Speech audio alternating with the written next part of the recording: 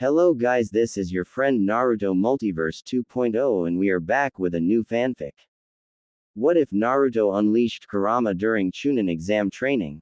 Part 1. And if you enjoy this fanfic then please press the like button and subscribe to my channel for more fanfic like this. And now let's start the fanfic. Uzumaki Naruto has been having a bad day. He passed the preliminaries of the Chunin exams and went to the hospital to see if he could get Kakashi-sensei to train him. He refused, saying he had to train Uchiha Sasuke, Naruto's teammate on Team 7, but he did get Naruto a teacher. Unfortunately it was the closet pervert Ebisu. Ebisu is a Tokubetsu Jonin Naruto met after his first encounter with Sarutobi Konohamaru, the Sandaime Hokage's grandson, when he was knocked out after an encounter with Naruto's Haremu no Jutsu, Harem Jutsu. He is a snooty and arrogant man dressed in the standard blue of a Jonin, wearing round sunglasses, and his Hitai-8 forehead protector, worn as a bandana. He also is one who sees Naruto as the fox brat. Naruto was furious and immediately refused his help. Ebisu, playing on Naruto's ego and negative feelings toward him, challenges Naruto.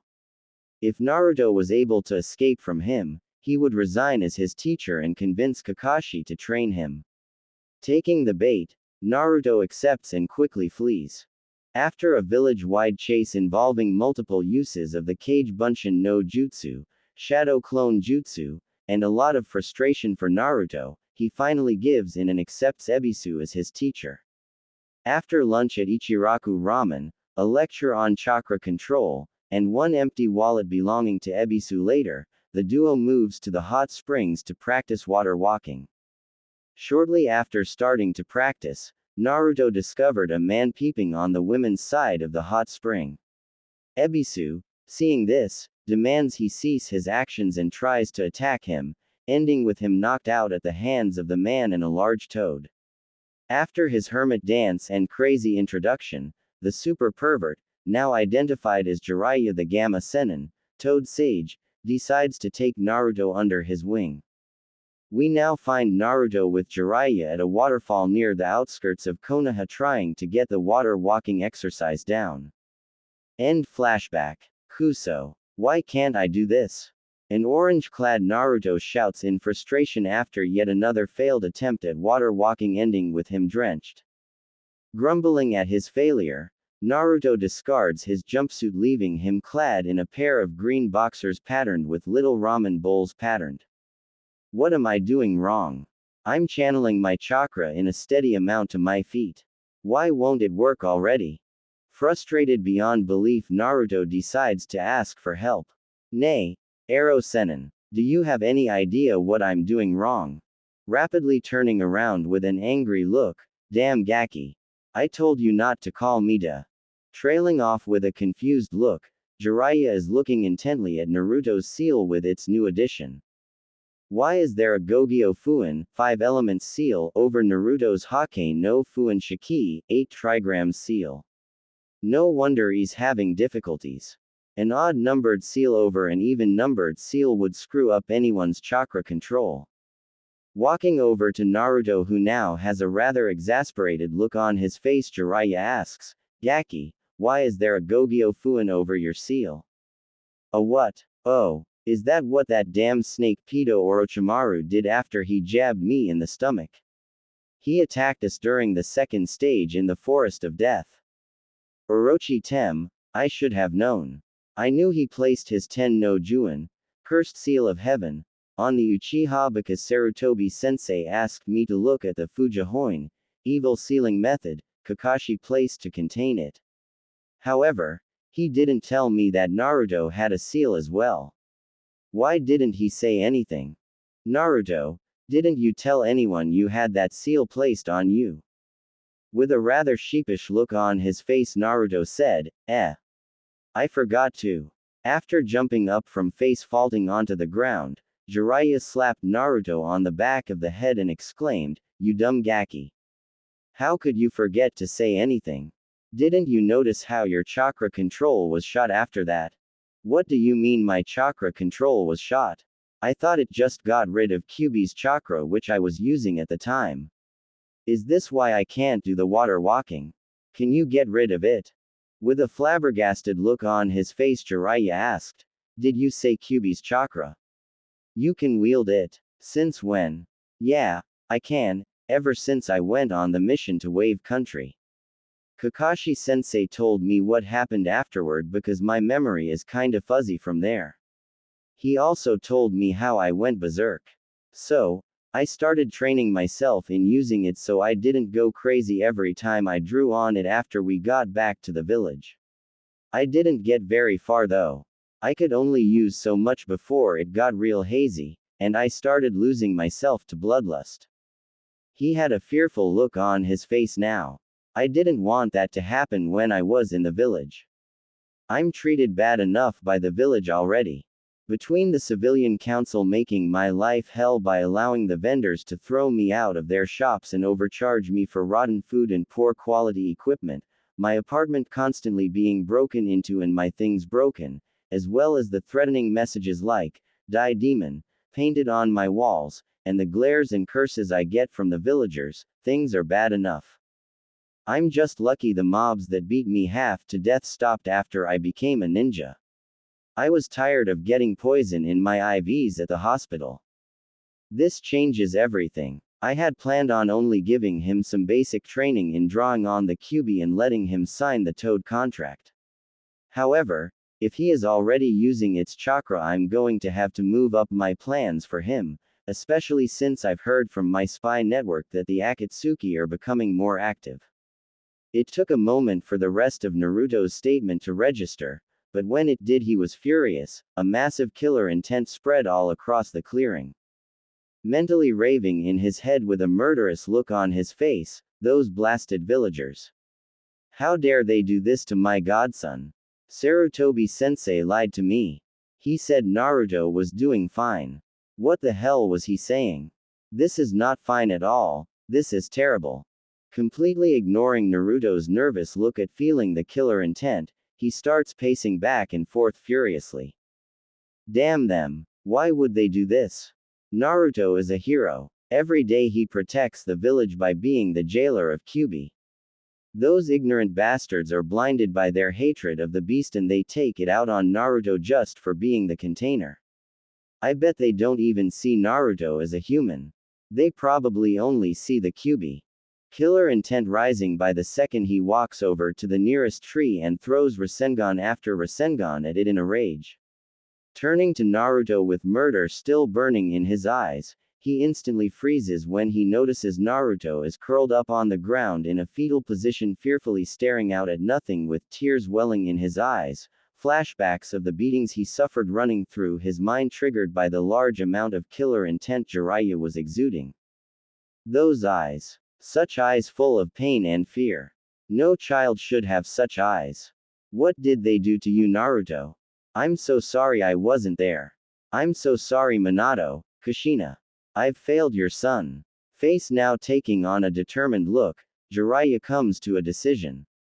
This stops now. Screw the council and their decision, I'm taking Naruto as my apprentice and leaving with him after the exams. I'm one of the Densetsu no Sannin, legendary 3 ninja. I can do it and they can't stop me. I'm going to make him so strong for the finals and show them all the mistakes they made. I'm going to have to talk to Sarutobi Sensei after we are done here. Taking deep breaths to calm himself, his face takes on the softest and most caring expression he can muster. He slowly walks over to Naruto so as not to scare him any more than he already is. Kneeling and gently encircling Naruto in his arms, he can feel how Naruto goes completely rigid.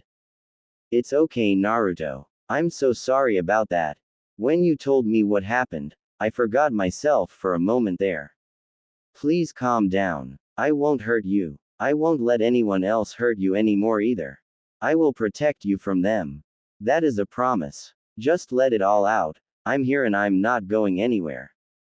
Naruto tentatively returns Jiraiya's hug, and when nothing else happens, he buries his face in Jiraiya's chest and cries.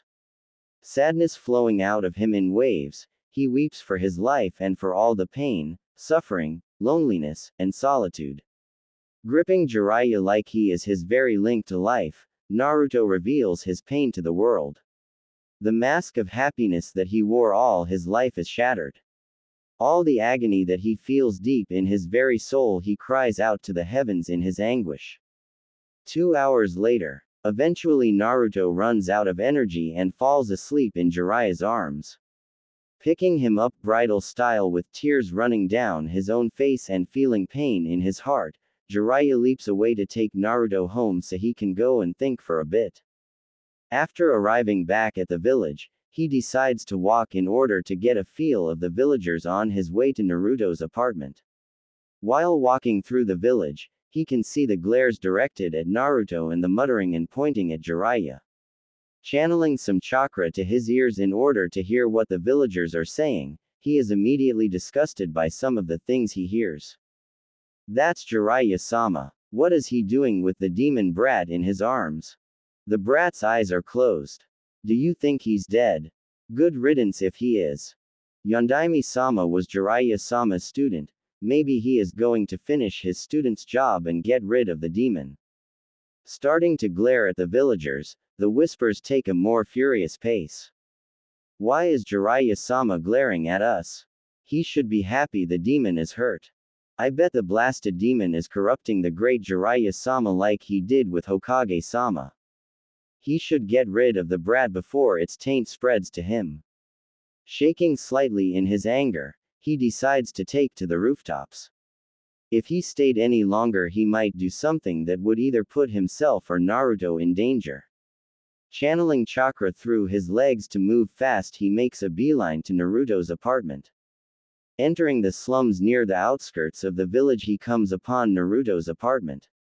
However, upon arriving he notices it completely trashed with threatening messages spread all over the walls. His anger rises the more he looks at it. Unconsciously, he starts leaking a small amount of killer intent, causing Naruto to whimper in his sleep. Immediately realizing what was happening, he pushes his anger away and grips Naruto a little tight in his embrace. This is what he goes through every day. How can you still be sane, Naruto? There is no way he will be safe here. But, I can't take him with me to see Sarutobi-sensei because of all that will be discussed. I would not dare leave Naruto alone at my hotel either. From those whispers I bet rumors would be spread all over the village in minutes. He might get attacked if I leave him in my hotel room. Where can I take him? He thought on the issue for several minutes before coming to a solution. Using the Shunshin no Jutsu, body flicker technique, he leaves in a cloud of smoke to his hotel. Placing him on the bed, he puts him in a genjutsu for a dreamless sleep. After this, he goes into the living room. He channels a large amount of chakra and performs the hand signs for the Kuchio's no Jutsu, summoning jutsu, and summons Shima, one of the elder toad sages of Mount Myoboku. When the smoke clears, a small yellow and purple toad with curly purple hair holding a rolling pin appears. Jiraiya-chan, what are you doing summoning me here? I was right in the middle of making dinner. Bowing deeply at the waist, Jiraiya says in a pleading voice, I'm sorry Shima-sama, but I have a very important request to make of you. Will you please listen? Hopping onto the coffee table, Shima says, this sounds serious, Jiraiya-chan. Is something wrong? Sitting on the floor, Sashima can look Jiraiya in the eye. He says with utmost seriousness, it's about my godson Naruto. Things have gone horribly wrong. Over the next hour he then proceeds to tell Shima all that has happened today with Naruto, all that Naruto told him, what he plans to do with Naruto, his trip in the village, and the whispers and rumors he suspected were flying around. And that is all that's happened. Please take Naruto with you back to Mount Myoboku while I go and get Naruto's situation sorted. I don't trust the villagers to not try something when he is weak like this. I put him in a sleeping jutsu, and I want him to stay that way for now. He revealed a lot of pain today and it left him exhausted. Throughout Jiraiya's tale, Shima's face reflected first surprise, then anger, and finally sadness and determination. Nodding her head in agreement with Jiraiya's reasons, The poor child has seen so much suffering at such a young age. I agree with you about the villagers. Your reasons are valid, and even though he has not signed the Toad contract, you plan on having him do it, so it won't be too much of a problem to take him back with me. I will do it. Prostrating himself in front of her, he repeatedly bows in gratitude. Thank you, Shima-sama. I won't be long. I'll come back for him tomorrow. Don't bow to me like that, Jiraiya-chan. It's all right. Now let's go see the boy. Hopping onto his shoulder, Shima and Jiraiya both head back to the bedroom. Seeing him sleeping so peacefully, Shima remarks, he looks so peaceful. It's hard to believe all that he has suffered. Sighing, she hops off Jiraiya's shoulder and onto the bed. Get this sorted, Jiraiya-chan. I don't want to know what Pa and Bunta will do if you don't. They loved Minato, and to hear how his son was treated will infuriate them. Touching Naruto's shoulder, Shima and Naruto disappear in a puff of smoke. After leaving, Jiraiya sits on the bed and sighs. To think all of this has happened. I never would have guessed things got this bad. I better go talk to Sarutobi-sensei. 15 minutes later, Hokage's office. Sarutobi Hiruzen, the Professor, the Shinobi no Kami, god of Shinobi, the Sandaime Hokage, had a bad feeling in the pits of his stomach. Things just seemed to be going wrong for him lately, and he felt that things were only going to get worse. Pushing back from his desk full of a mountain of unfinished paperwork, he groaned as he stood up with his old joints popping. Walking out on the balcony and looking over his village, his gaze eventually fell towards the Hokage monument, more specifically, the Yondaime's head. Staring for a few minutes, he sighed in sadness. I wish you were still here, my friend, sitting in this office and wearing this hat instead of me. I'm getting old, my friend. When I was reinstated after your sacrifice, I never expected things to go so badly. This village is being corrupted. The village council is taking more and more power away from me. Their greed and hatred are ruling them. Your son is not treated as the hero he is. The shinobi side is mostly on his side, but the civilian side is always making trouble. At every meeting with the council, they try to make Naruto's life miserable. Thinking back on the last council meeting, things were even worse than usual. Flashback. Council meeting. Hokage-sama, the demon brat is growing too powerful. He passed the preliminaries and is moving on to the finals against Hyuga Neji. He is showing power that he should not have. The demon is influencing him. One of the civilian council members shouted. There is no way the brat should be that strong. The demon is definitely taking over. We need to stop it before it grows too powerful and destroys the village. It's even corrupting his classmates with its demonic powers. Why else would the honorable clan heirs and heiresses be with him? It should be banished, Hokage-sama. We must be rid of its taint on the village. No, he should be executed. Drop him from the ninja program. Banishment. This went on for hours. The shinobi side could not even get in a word. The elders and Danzo were pushing for Naruto to be made a weapon to be controlled. With a growing headache, the Hokage slammed his fist on the table, releases a large amount of killing intent at the civilian council and shouts, "Enough! Naruto is a human boy, not a demon. There will be no killing, banishing, or dropping him from the ninja program. He is growing strong because he trains day and night, not because of his burden influencing him, you bakas." The crippled, old war hawk Danzo at this point smirked and remarked, "And what do you have to say about the boy's training in controlling the demon's power, Hiruzen? Were you going to tell us about that?" Hiruzen inwardly cursed Danzo's knowledge about that because he knew he was going to try to use that to his advantage. The civilian side started muttering at that. However, before things could get out of hand again, Danzo raised his hand to halt the tirade. I'm sure you all think this is a bad thing, and it can be. But, right now it is not. If we can get him under control, he would become Konoha's greatest weapon. Our nation's superiority would be cemented with the Kyuubi's power at our side. Our village would get all the mission requests, thus, bringing in more money. Minor countries wouldn't dare go against us and scramble over each other to gain our favor, which will open up trade routes and more for merchants and other wealth to make its way to the village. Appealing to the greed of the council, the civilians started nodding in agreement, and pretty soon they were shouting how he should be given to Danzo as a weapon. End flashback. After the shouting died down, it was eventually put to a vote. However, both sides were completely tied. The civilians all voted yes, as well as Danzo. The two elders, who only had one vote and it had to be unanimous or they did not count, voted yes. The shinobi all voted no, with the Hokage using his right of 2 votes for no, thus deadlocking the issue and causing it to be discarded. Walking back into the office to stare at the portraits of the previous Hokages, his eyes fell on the Yondaime. I can't protect him for much longer, old friend. Today was the closest they ever got to ruining Naruto's life forever. Eventually one of the shinobi will side with the civilians and Naruto's fate will be sealed.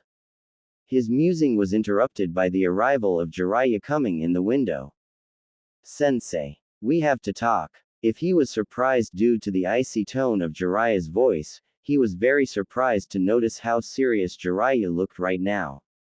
Waving Jiraiya into his office, he sat down at his desk with his elbows resting on the top with his hands clasped in front of his face. Is something wrong, Jiraiya-kun? What has happened? Sitting down across from the Sandaime, Jiraiya says, it's Naruto. That bad feeling growing, he sends out the Anbu in his office and activates the privacy seals. He then asks in a worried voice, what has happened? Is Naruto-kun okay? Did he get hurt? Face contorting in anger, he spat out, no, he's not okay. He's almost as far from okay as you can get. Very concerned now, the Sandaime asks, what do you mean? Jiraiya then proceeds to tell him everything about the events of today, starting from when he met Naruto to having him taken to Mount Myoboku. All matter of emotions fly across the Sandaime's face as the story goes on and finally settles on deep sadness and weary resignation. Don't you see, sensei? Things are horrible. If I don't do something, things will only get worse. Sighing deeply, I'm afraid things are much worse than you know, Jiraiya-kun. Now it's the Sandaime's turn to tell what happened during the council meeting he had, with Jiraiya's anger rising as the story progressed until finally he exploded. Killer intent higher than the Sandaime had felt in years exploded from Jiraiya and washed over the village, causing concern among the shinobi and civilians to panic when the angry voice of the Gamma Sennin rang out. How dare they do that? That damn council. And Danzo. When I get my hands on him all. The voice cut off abruptly when the Sandaime activated the silencing seals in his office. Inside the office, however, the ranting went on, getting more and more graphic in describing how Jiraiya was going to murder the council. Eventually his anger ran out and gave way once more to sadness and he collapsed in the chair. Jiraiya-kun, as much as I might agree with you, there is nothing I can do. The council has gained too much power. Both men lapse into silence, thinking on how they can try to fix this. Eventually Jiraiya came up with an idea. I can take Naruto as my apprentice. What will that do, Jiraiya? I thought you already planned on doing that. That's not what I was talking about, sensei. I mean, I will take Naruto as my full-time apprentice and name him as my successor. Doing so will make me his guardian, grant him some privileges like the Sannin traveling rights that will allow him to come and go as he pleases with no repercussions, and provide him political protection when it is publicly announced. Plus, the council can't stop it because of my rights as a Sannin. A Sannin answers only to the Hokage, not the greedy bastards on the council. The Sandaime thought it over thoroughly, lighting up his pipe while weighing the pros and cons of the decision, before finally agreeing. It seems like that is our only choice. However, do you understand the repercussions this will have? Publicly acknowledging this will make Naruto many enemies both in and out of the village. The council is going to be furious. They will try anything to stop Naruto from leaving. They might even go after those he cares about. Jiraiya was nodding throughout this, then said, I will talk with Naruto later, find out who it is that he cares for, and then find a way to discreetly warn them. They will not be caught in the crossfire of this without knowing what could happen. That is a good idea, Jiraiya. However, there is one thing wrong here. Naruto-kun's classmates do not know about his tenant. You can be sure those who go after them will try to use that to their advantage. I thought of that and I have an idea, but you aren't going to like it. We may not have a choice. What are you thinking? I want you to remove the law that prevents the older generation from talking about Naruto's burden. The Sandaime almost dropped his pipe in shock. Jiraiya, are you insane? That is the only thing allowing Naruto a peaceful life in the village. If I do this, the older generation will poison the younger with lies and turn the rest of the village against him. I know that, but I have a plan to help prevent some of that. Besides, Naruto does not have a peaceful life in the village anyway. I'll bet I haven't heard even half of what has happened with Naruto growing up, and what I have makes me want to beat the villagers to a pulp. Wearily, the Sandaime says, you're right. I've tried my best over the years to help him, but I'm blocked at every turn. What is your plan? I won't be able to prevent everybody from hating him, but I can at least try to save his friends. I know there is another Jinchuriki in the finals. I want you to talk to Naruto's classmates Senseis under the guise of advice about Jinchuriki due to one being in the finals. You will hint to them that something big is going down soon and that Naruto's burden will soon become public knowledge. You will talk about how they are treated, what their life is like, the beatings, the glares, prejudice, hatred, the power they can wield, enough to paint a picture about how a Jinchuriki is only a container, not what they contain. You will then instruct them to repeat what you have said to their students. This gives them a valid reason to talk about Jinchuriki if confronted about it, because the council was warned about Gaara being one of the containers. Therefore, they will have to accept the reason even if they don't believe it. Realization dawned. So when Naruto being a Jinchuriki is public knowledge, they will already have a clear opinion free of lies on the subject. Plus, knowing what Naruto's life was like due to his burden will prevent them from being swayed by the lies they might be told, because the trust in the older generation will be shaken when the children realize what Naruto had to go through because of them, causing them to not believe the lies and side with Naruto. In turn, this will keep Naruto happy because he knows at least part of the village accepts him for his burden. Both men grinning now. Jiraiya-kun, that's brilliant. That would work very well. You know me, sensei, always getting out of tight spots. What are you going to do in the meantime? I'm going to train Naruto. I'm going to teach him as much as I can in the month period so that when the finals come around the village will be blown away. I also plan to take him away from the village after the finals are over and he is promoted. That reminds me, I need Naruto's inheritance because I plan to inform Naruto about his mother during the break and then his father after we leave. Keeping him in the dark when he was desperate for one bright spot in his life was the wrong thing to do. Nodding in agreement, the Sandaime stands up and walks over to the Yondaime's portrait. Pulling it away from the wall, he reveals a seal. Biting his thumb and swiping it over the seal, it glows slightly and fades away, revealing a safe hidden in the wall. Motioning Jiraiya over, who bites his thumb and swipes it over the safe, causing it to unlock and open, revealing two large scrolls, one wrapped in a red ribbon with the Uzumaki clan symbol on it and the other wrapped in a yellow ribbon with the Namikaze clan symbol. The Sandaime takes them and gives them to Jiraiya with some parting words, "Keep him safe, Jiraiya-kun. I care about that boy like he was my own grandson. Help him find his will of fire. Also, ask him to forgive an old man for his mistakes." Accepting them, Jiraiya replies, "I will, sensei, and don't worry. He will forgive you. You are his, Gigi, after all." Watching Jiraiya leap out the window, Sarutobi sighs. I hope he does, Jiraiya. But after he finds out all that I've hidden from him, he may never forgive me. A puff of smoke appeared and a small messenger toad appeared in front of Jiraiya. Please tell Shima-sama to return Naruto, please. The toad nodded and disappeared in a puff of smoke. First things first, I'm going to have to talk to Naruto. Explain to him what is happening and what I'm planning. Hopefully he will go along with it. Another puff of smoke signaled the arrival of Shima with Naruto. Hello, Jiraiya-chan, was heard as the smoke cleared.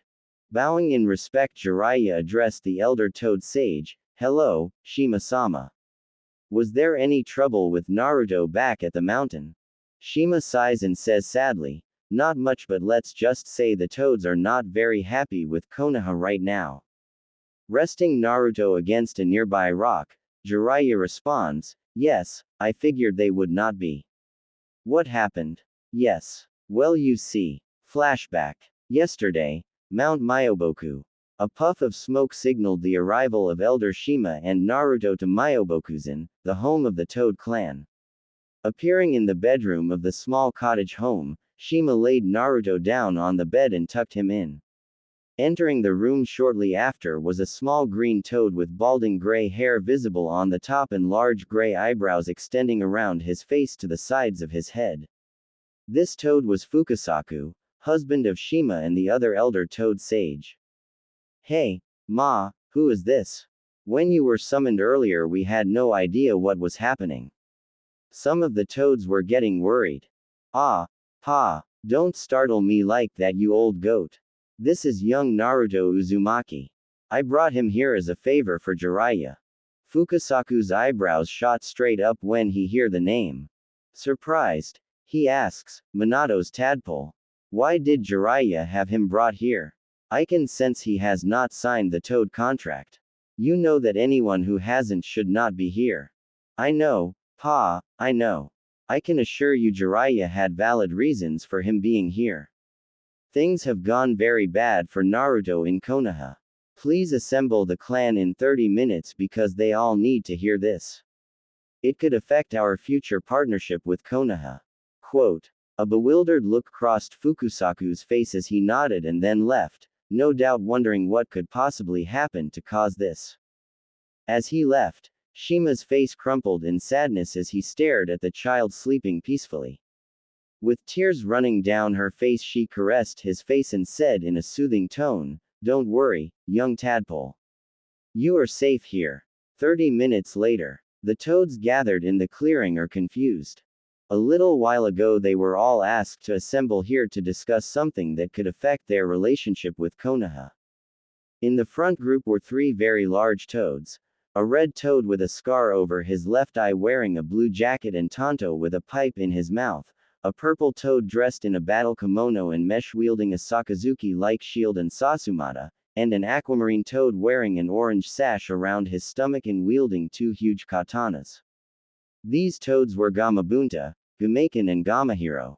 The one with the katanas asked, Elders, what is going on? Why have you assembled us? Patience, Hiro. Ma will explain what's happening in a minute. The purple toad then said, I may be ungraceful, but may I assume that this has to do with the young tadpole currently sleeping in your cottage, Elder Shima. The rest of those gathered were now listening to the conversation with interest. Nodding, you would be correct, Gameiken. Correct me if I'm wrong, but is that Minato's son, the Jinchuriki? Yes, Bunta, it is. Turning to address everyone, Shima then starts to speak. Everyone listen to me. Something terrible has happened in Konoha. You all remember young Minato, Jiraiya-chan's first apprentice. You all know how he died facing the Kyuubi no Kitsune 13 years ago by sealing it into his child. His last wish was that his son be treated as a hero. Thanks to Jiraiya who encountered young Naruto, he learned the truth, and what a terrible, tragic truth it was. Flashback end. I told them all that you told me, and needless to say they were furious. We had to use Gamahiro and Gameiken to restrain Bunta from going to the portal to this world and attacking the village in a rage. He loved Minato like he was his own tadpole. To hear how his only son and heir was treated here caused him to fly into a rage. He's now drinking himself into a stupor to drown his sorrow away and refuses to be summoned until this is fixed. The rest of the clan is of similar attitudes. I'd recommend not summoning them unless it is an absolute emergency. Jiraiya sighed in dejection. I understand, Shima-sama. I will respect their wishes. It's probably for the best, Jiraiya-chan. Did you discuss what will happen with young Naruto with your sensei? Looking determined now, yes we did. We've got a plan to help protect him from now on and give him some happiness in his life. Jiraiya then informs Shima of what he and the Hokage planned, his taking Naruto as his full-time apprentice and guardian, his plan to have the Hokage talk to the sensei of Naruto's classmates who will then talk to their students, his plan for training for the finals, his inheritance and then leaving after the exams are done. Nodding in agreement while chuckling, you could always get out of the stickiest situations, Jiraiya-chan. It's brilliant.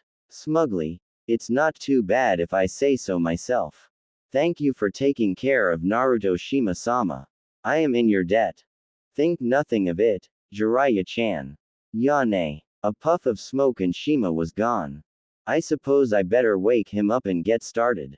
Kneeling in front of him, he taps Naruto's forehead and mutters, "Release." Naruto starts stirring and opens his eyes, a dead look in them. Upon seeing Jiraiya, he groggily Naruto asks, "Ero Sennin, was yesterday a dream? Did all that happen?" Kneeling down to look Naruto in the eye, "No, it wasn't a dream and yes, all of that happened." Looking cautiously hopeful, "And what you said? Did you mean it?" Giving Naruto the most solemn and serious look he could muster, "Yes, Naruto, it is all true." Light returns to Naruto's eyes and giving Jiraiya a smile, not the fake one to mask his pain, but a true, genuine smile that brightens the room. So what is going to happen to me now? Are we still training? Yes, we are, but first let me tell you what happened after you fell asleep. Then we can get started. Mood rising by the minute as Jiraiya gives a recap of all that has happened and what he plans to do, Naruto is overjoyed by the end of it all. Already knowing the answer but needing to get all the formalities out of the way, "So, Naruto, will you accept?" Jumping to his feet and bowing deeply at the waist, Naruto says with utmost respect and adoration in his voice, "I have only known you for one day and already you have done more for me than anybody ever has in my life. I am honored by your decision to train me as your successor and I humbly accept." "Thank you so much, Jiraiya-sama." Clapping his hands together and returning the bow, "No, Naruto, the honor is mine. I look forward to teaching you to the best of my abilities." Both standing up now, Jiraiya starts cracking his knuckles and says, "All right, Naruto, it's time to get started. I plan on training you into the ground every day until the finals. We need you to get as strong as possible, as fast as possible. I've got a training schedule in mind for you. However, it will be grueling. Expect to go to sleep every night with chakra exhaustion because that is how hard I'm going to work you. There is no turning back now because certain events have been set in motion that will require you to be strong enough. Yash. I am ready to get this done.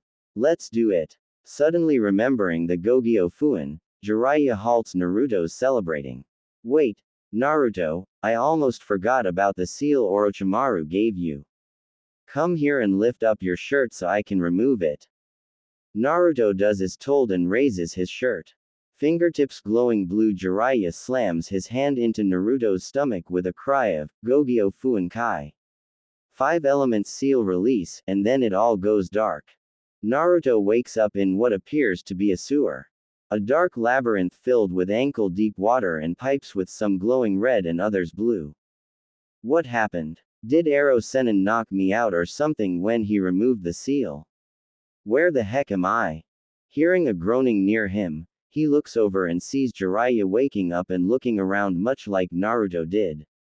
Now certain this isn't a dream because he's here, Naruto asks, "Hey Ero Sennin, what happened? Where are we?" "I'm not sure, Naruto. One second I'm removing that seal and the next we are here." A crimson glow lights up one of the tunnels when a deep voice, full of immense power, rang out. We are in your mindscape, Kit. I brought you both here. Now come. We must speak. The sheer aura exuded demanded respect. Naruto and Jiraiya both had an idea of what was happening. Tentatively Naruto asks, Nay. Ero Sennin, is that what I think it is?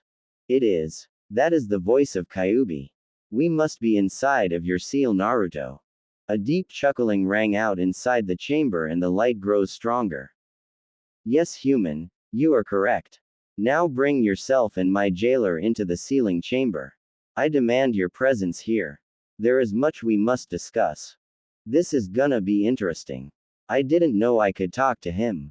That's pretty cool. Shrugging, Naruto makes his way down the tunnel to the chamber with Jiraiya following. Eventually, they come into an open room with a massive set of wrought iron gates locked together by a paper with the kanji for seal imprinted on it.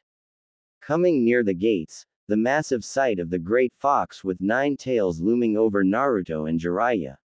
The amount of power they could feel emanating from the great kitsune was massive. They could not help but be a little nervous. Welcome humans to my chamber. As you may have guessed, I am the greatest of the Biju, the Kyuubi no Kitsune, head of the Kitsune clan. And you, young one, are my jailer. Naruto decided to show respect to the great beast and bowed. Yes, Kyuubi, I am your jailer. My name is Naruto Uzumaki. Deciding to forego his hermit dance so as not to piss off the giant demon in front of him, Jiraiya settled for a simple bow. Kyuubi, my name is Jiraiya, I am the Toad Sage and one of the Densetsu no Sannin. I am the one who taught your sealer, the Yondaime Hokage. I am wondering why I'm here though. Naruto, I can understand seeing as he is your jailer, but why bring me here? To thank you. Utterly flabbergasted that the most powerful being on the planet was thanking him, all he could ask was, why? What did I do? I've been affected by the remnants of a Mangekyo Genjutsu during my time as the Kit's jailer.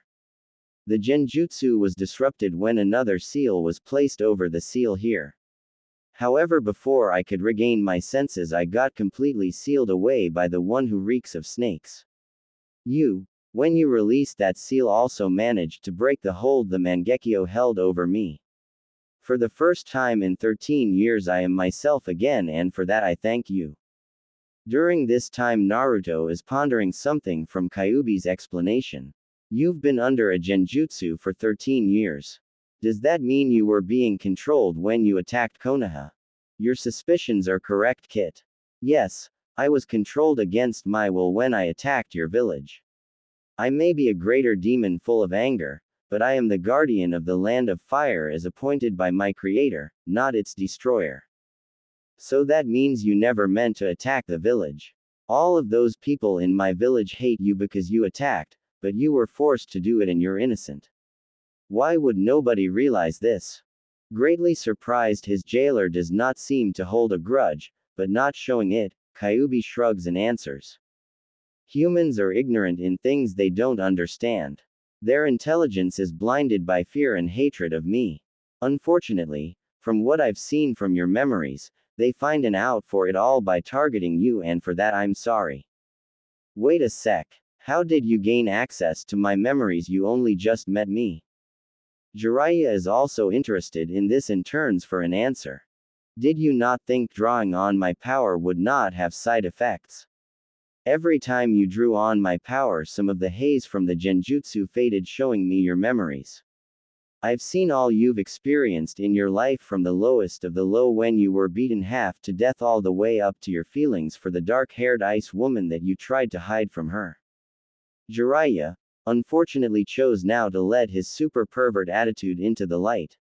With a rather lecherous grin on his face, now Gaki. What is this I hear? You have a girlfriend? Giggle giggle giggle. Turning red and stammering slightly, it's not like that, you big perv. I may like her, but there was no way we could be together. Our paths went different ways. Besides, Haku is none of your business. Enough of your bickering. We have much to decide. So I'll cut straight to the point. I want to make a deal with the kit. Okay, that does not sound too bad. What kind of deal, Kyuubi? It involves the seal keeping me imprisoned here. I want. Please forgive the interruption, Kyuubi, but we can't free you. It would kill. Silence. I am aware of the cost of my freedom from this place, and don't you dare think I would try to free myself if it would harm the kit. Our souls are linked by the seal through Shinigami-sama. If the kid were to die, I would as well. I have no intention of that. Do not interrupt me again. I may be jailed, but I am a Biju and I deserve respect.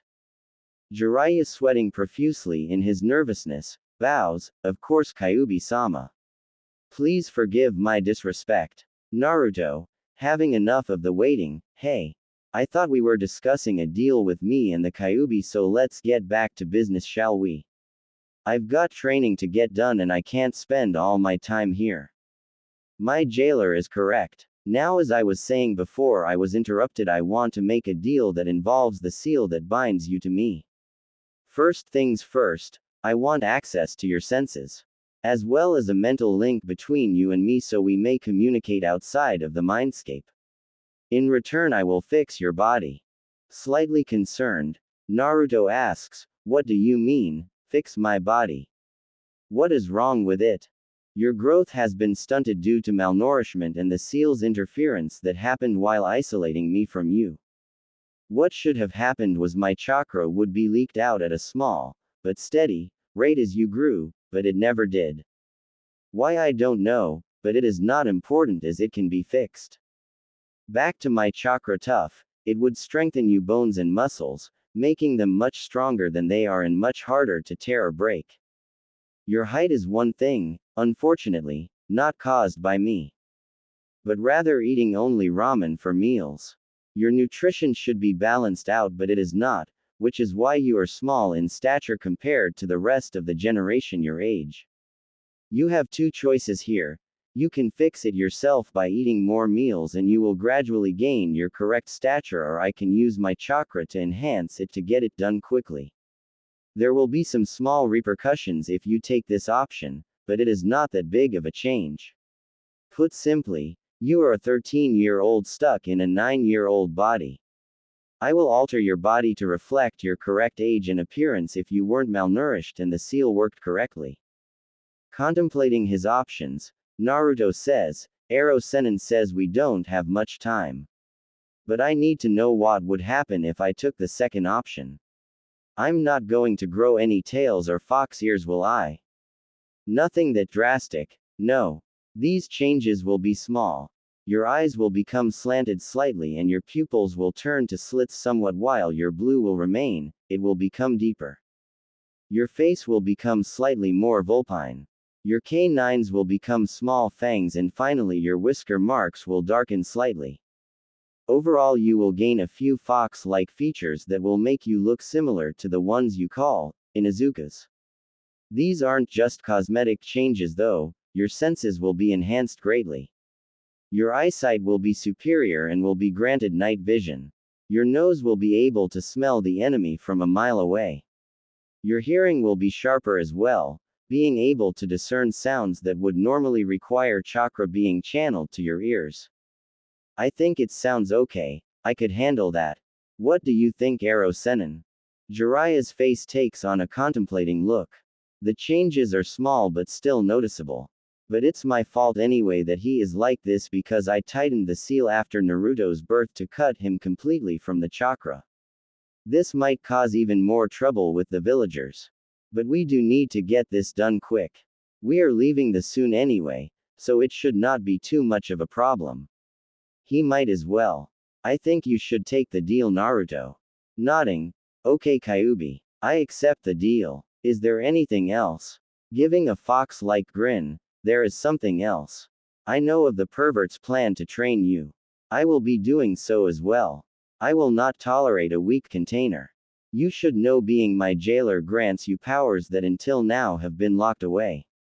However, I will not simply give them to you. No, I want something in return. Naruto looks ecstatic at the prospect of special powers, however Jiraiya looks wary. Wanting more information, he asks, What are the powers and what do you want in return? Looking towards Jiraiya, the fox responds, "You are suspicious of me. That is good. I am a fox and we are cunning that way. However, I will enlighten you." The kid, being my jailer, grants him two abilities: the ability to control Kitsune Bai, or fox fire, and allowing him to perform Kitsune illusions. These abilities are unique to my clan. The first will allow you to control our fire. It is blue in color and much stronger than normal fire.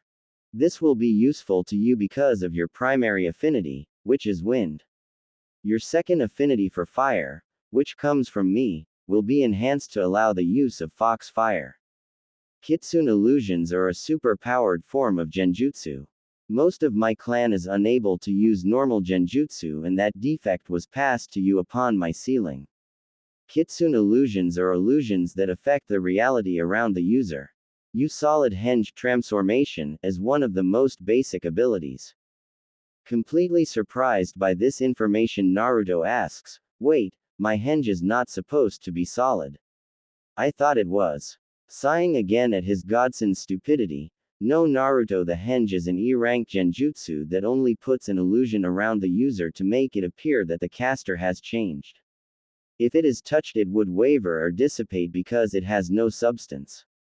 To be able to pull off a solid transformation is a huge boon for infiltration missions. We will have to work on it later." Turning back towards Kyuubi, Jiraiya asks, "You said you wanted something in return for these abilities. What is it you want?" "I have a way to grant me temporary freedom from this blasted seal. It will be controlled by the kid and I will not be able to come and go as I please, but it is enough to get me out of the damnable sewer and I would like to see the outside world again." Once again flabbergasted because he thought the seal prevented the Kyuubi's escape, he asks, "How?" "A special summoning contract between the kid and myself. It would make myself Kit's familiar, or personal summon, while not interfering with any other normal summoning contract he would sign. He can summon me for battle, or for training. There are many possibilities here. But I cannot train these abilities in the mindscape, so in order to train you in them, this must be done." Naruto is beaming now and says, "So I could let you out of here and breathe the outside world again. That is awesome. It did not seem right that you were forced to be sealed for something that wasn't your fault. So long as you promise not to attack the village if I summon you, I don't see a problem." "This is great." Jiraiya was worried but resigned. "I have a feeling it's not that simple, Naruto. But there are simply too many benefits for this to ignore. We will take care of the contract later. Right now I am going to fix your body. There will be a large spike in my chakra that will likely be sensed in your village. This is unavoidable, but it can serve as an intimidation for those foolish villagers, showing them that all their efforts to make the kid weak were in vain. He will return to the village and they see his power. They will tremble in fear and awe, enlightening them to their mistake." A smug grin on Naruto's face and a worried look from Jiraiya, they both faded from the mindscape. Back in the clearing by the waterfall, Naruto and Jiraiya begin to stir. Waking up and shakily standing on slightly trembling legs, Jiraiya simply states, "Well, that was a hell of an experience." Also trembling slightly, Naruto comments, "Well, it was not that bad. We sure found out a lot of stuff we didn't know before. Plus I get to train now, so let's get started." A voice in his head then sounds out, "Not so fast, Kit. Did you already forget? I am going to fix your body." Kyuubi, "Oh yeah, I forgot you would be able to do that now. When are you going to fix my body again? First off, don't talk aloud. Simply think what you want to say and I will hear it. Talking to yourself all the time will make you seem crazy. Second, I should warn you, this is going to hurt. Thirdly, we start now." Watching this whole exchange, Jiraiya was confused, but then he remembered how Naruto allowed Kyuubi a mental connection in his head. So he decided to simply let it all play out. All of the sudden though, a massive killer intent not felt in 13 years washes over the clearing. Naruto suddenly hunches over as red chakra surrounds his body. In a voice slightly altered by the demonic chakra, he reassures Jiraiya, who is looking worried. Don't worry, Arrow Sennin. The fox is just starting to fix my body. I'll be fin. Naruto's statement was cut off when the already rising killer intent exploded and a pillar of red chakra was sent into the sky and Naruto starting to scream in agony.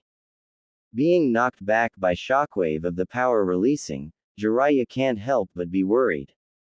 Kyuubi wasn't kidding when he said this would be noticed miles around. Jiraiya at this point is trying to make his way towards Naruto but is having difficulties. Gah, I can hardly get close to him. This wind is so strong, and it burns. Pushing chakra into his limbs to push through the now gale force wind, Jiraiya is now standing in front of Naruto looking through the dense chakra. Inside he sees something that tears at his heart. Jiraiya can see Naruto floating slightly with his body rigid, arms and legs spread outward, face contorted in a silent scream of agony. Meanwhile, back in the village, panic. Complete and utter panic ran rampant with the citizens of Konoha when the evil killer intent was felt and the pillar of red chakra rose in the distance for all to see. Civilians ran through the streets like a swarm of bees. Cries could be heard in the meantime. The demon is escaping. It's going to kill us all. We are going to die. In the Hokage's office we can see the entire room packed with terrified ninjas and the civilian and elder councils all panicking and demanding the death of Naruto. Hokage-sama, what is happening? The brat's releasing the Kyuubi. It's finally going to take revenge on us. The screeching voice of Haruno Sakiri, one of the prominent members of the civilian council, sounded above the din. I told you we should have killed the brat, Hokage-sama, and now look what happened. The demon has finally taken over and is going to kill us. While the ninja and civilian council were panicking, the elders had fallen silent because they noticed that the Hokage seemed fairly relaxed in all of this. Raising his hand and slamming it on the desk, Sarutobi roared, "Silence!" In the now silent room, Danzo spoke. "Hiruzen, what is the cause of such a massive release of Kyuubi's power? And why are you not worried about it? Do you know what is going on?" All eyes turn to the Hokage as he speaks clearly and lies to their face, though they don't know the last part. There is no cause for panic. I sent Jiraiya to oversee Naruto's training with the Fox's chakra.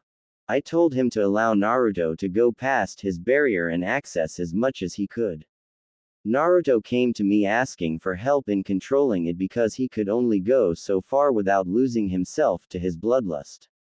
So I offered Jiraiya and his skills in Fuinjutsu. I told him he would be able to practice without worry of repercussion, and in the event of a loss of control, Jiraiya would be able to suppress the beast.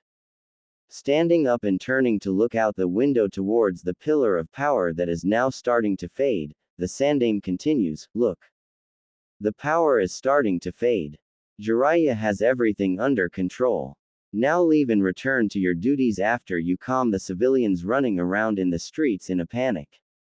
I warn you now, there will be no action taken against Naruto because of this, and if I catch so much as a whiff of trouble, everyone here and those responsible for whatever is done will be sent down to the torture and interrogation department to talk to Ibiki about following my orders." Grumbling about the demon brat, and how they can't give it what it deserves, the room starts to clear. However, it is only Danzo who catches the small smirk on his old teammate's face as he looks back to where the pillar was. Narrowing his eyes, he wonders, "What are you planning, Hiruzen? I know you were lying to us. What is really going on here?" Back in the clearing 10 minutes earlier, Jiraiya was feeling fairly sick watching the whole process. Looking through the red chakra, he can see Naruto's clothes burning from the heat and disintegrating. Unfortunately, without the bulky jumpsuit, Jiraiya has a clear picture of all that is happening to his godson's malnourished body. Even over the maelstrom of noise, he can still see and hear the cracking as bulges forming all over Naruto's body as bones are continually broken, restructured and reformed. A sickening squelching sound is heard. Muscle is forming and becoming tighter and more defined with new skin and hair growing. Even contorted in pain, he can see Naruto's facial features were changing. His face was losing some of its childish roundness and becoming more angular. His eyes were becoming slanted like a fox, his whiskers were becoming darker and his canines were turning into fangs. In short, Naruto was growing at a rapid pace before Jiraiya's eyes. As sickening as it was, Jiraiya had to admire Naruto's tolerance for pain, lasting 5 minutes before passing out from the pain. After the initial scream of agony, he stopped shouting and simply grit his teeth and went with it. The only indication that Naruto was in pain was the expression on his face. Overall, the process took 10 minutes, but for Jiraiya it seemed like an eternity. Every breaking bone, every sickening squelch, every gasp of pain brought a wince to Jiraiya's face. His heart was breaking seeing his godson in such pain. But finally it was all over.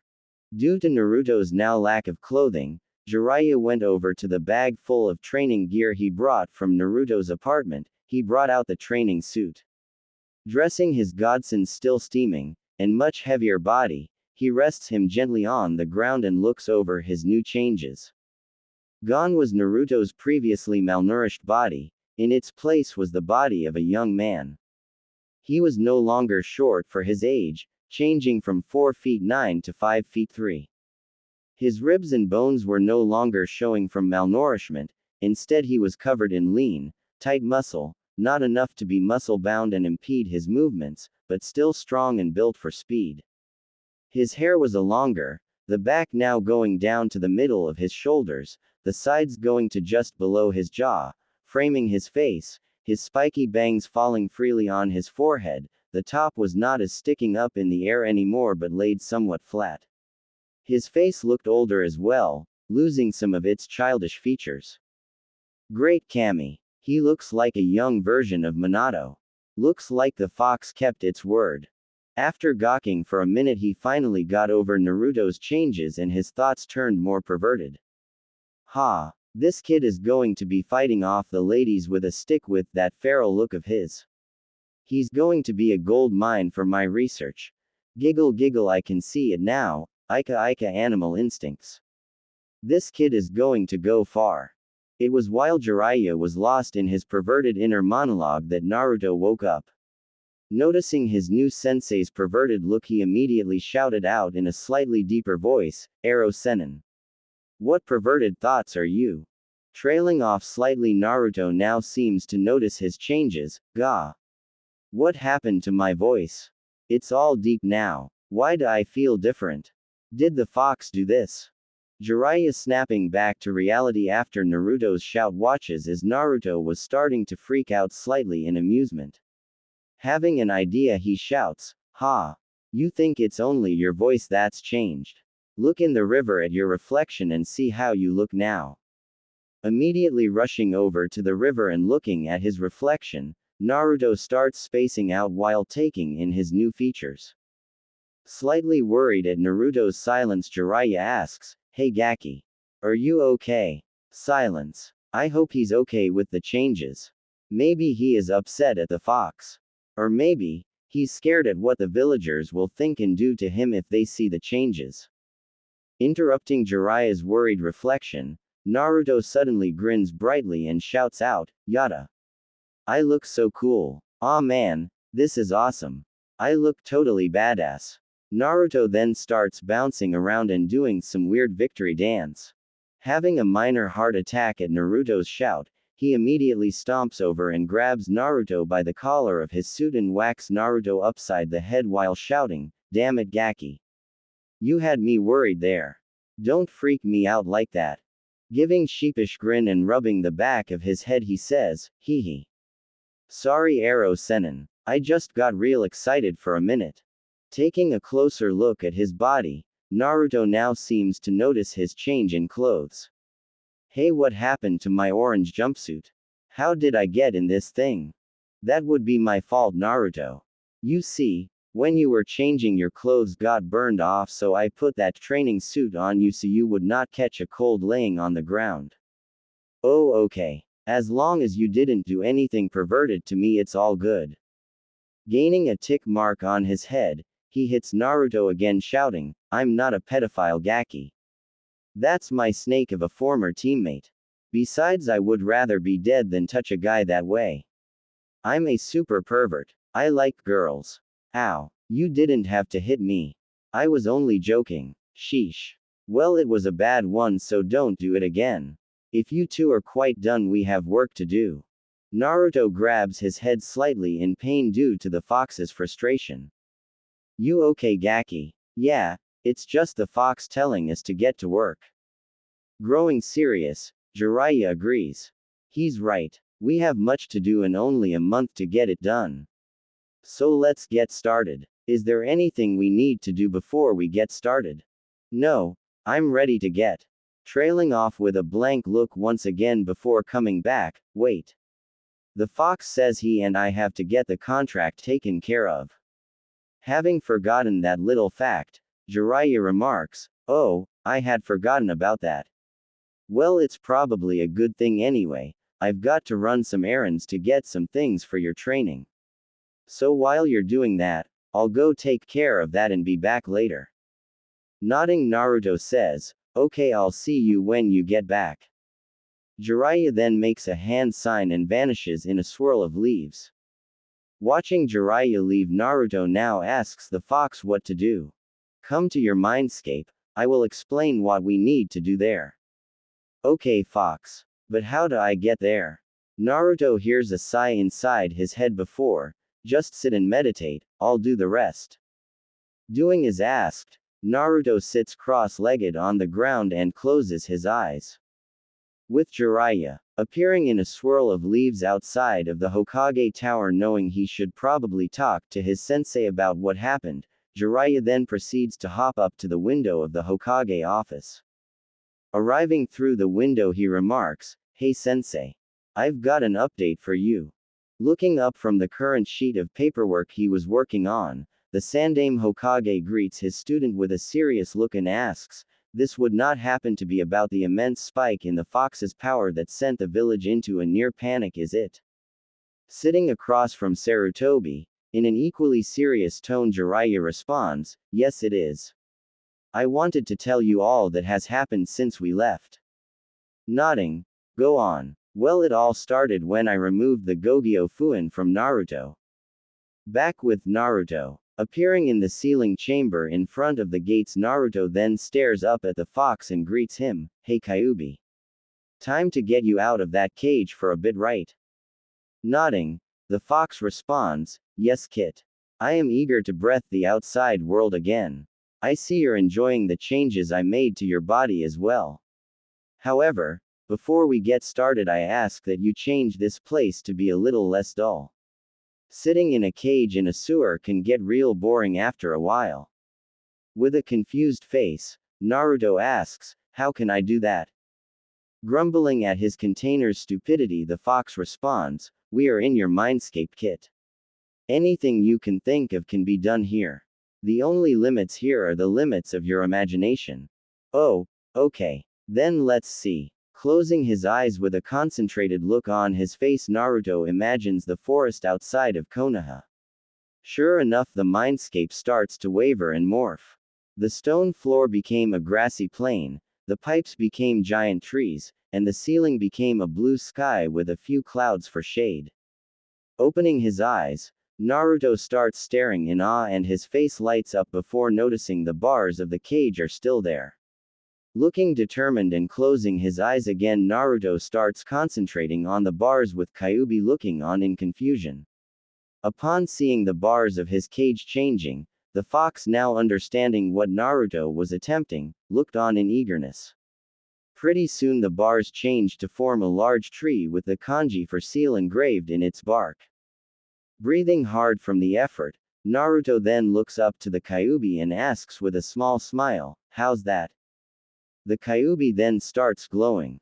Watching in some fascination, Naruto watches as the Kyuubi shrinks in size until he is the size of a small horse. Kyuubi then relaxes and lays down on the ground and stretches out in a patch of grass. Letting out a sigh in satisfaction, he says, "Much better. Thank you." Wondering how the Kyuubi changed size, Naruto says, "You're welcome. But how did you change size? Why did you not do that before?" Giving Naruto a foxy grin, it remarks, "And miss seeing the fear and awe on your face when you met me the first time. I don't think so. All foxes like playing pranks. I might be a biju, but I'm still a fox and so I like pranks as well. Grin growing, and when I'm free I'm going to show you how to really prank those villagers of yours. You and I are going to have a lot of fun." Nodding eagerly, "That sounds like fun, but I'm not known as the prankster king of Konoha for no reason. You might be surprised at what I can think of. I almost pity the villagers for what we are going to do to them." Both chuckling at the mental images of the villagers being pranked to hell, it's Kyuubi who decides to start. "Let's get this done then. The sooner I'm out, the sooner we can start your training." Growing serious, Naruto sits on the ground and starts listening as the fox explains. "Now, as you know, we are going to make a summoning contract for me that will allow my freedom from the seal. It's a fairly simple process, so it should be done by the time the pervert gets back. Now, first thing we need is a blank summoning scroll. How are we going to get that? There is not much in here to use." Reaching out with one of his tails, Kyuubi then whacks Naruto on the head, sending him sprawling face down into the grass. Jumping back up and pointing at the fox, he shouts angrily, "Hey! What did you do that for?" It was a serious question.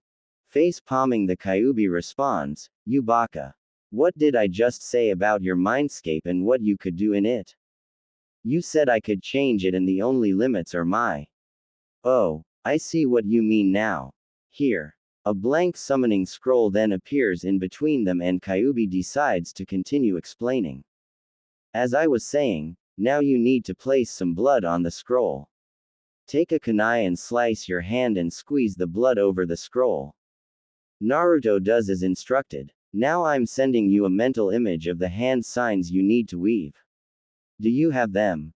Naruto nods. "Good. While I run my chakra into the scroll, channel your own chakra, run through those hand signs and slam your hand down into the blood, releasing all the chakra you build up into the scroll."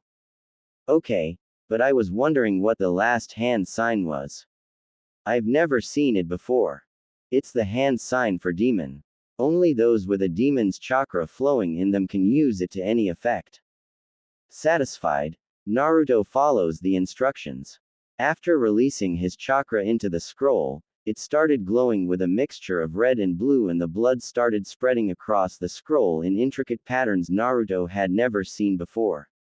Eventually the glow died down and Kyuubi says, "Contract complete." As soon as the fox spoke, Naruto's arms started burning and smoking.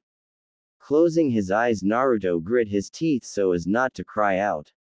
Feeling the pain dissipate, he looks down at his arm that now holds a tattoo on his arm with 9 tails curled into a spiral similar to the swirl symbol on the back of his jumpsuit and an image of Kyuubi's head in the center. Forestalling Naruto's question, Kyuubi says, "That is a summoning tattoo. It is what symbolizes our contract allowing you to summon me." "Great. What do I do now, Kyuubi? I sense the pervert has not returned, so leave the mindscape and wait for him. When he returns, tell him the contract was mad and then summon me." "Okay, how do I summon you?"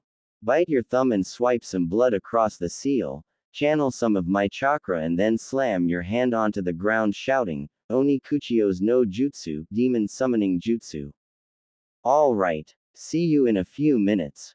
Naruto fades out of his mindscape and back into the clearing. Jiraiya back in the Hokage office. "And that is when I left him to get the contract done." Jiraiya blew out a breath and sat back in his chair. The Hokage was speechless. The story sounded so crazy, yet he had a feeling it was all true. Jiraiya and Naruto met Kyuubi. Kyuubi was under a genjutsu when it attacked the village. Kyuubi wants to help Naruto. Kyuubi aged Naruto's body 4 years in 10 minutes. Naruto can summon the Kyuubi. It was all too much and Sarutobi's brain shut down. Jiraiya was getting a little worried when the silence stretched on. Maybe I broke him. It is kind of a lot to take in. Waving his hand in front of Sarutobi's face, Jiraiya asked, Sarutobi-sensei. Are you in there, sensei? Eventually the Hokage's brain rebooted and he asked to confirm once again, you're not joking, are you, Jiraiya? That is all completely true. Completely, sensei. Sighing, the Hokage responded, I was afraid of that. You're absolutely certain there is no danger to the village. You don't think the Kyuubi was lying? I was worried at first, but it seems sincere. I don't think there is any danger. Very well then, Jiraiya. Just be careful. Sure thing, sensei. I better get going. I have to get some supplies before I go back to the clearing.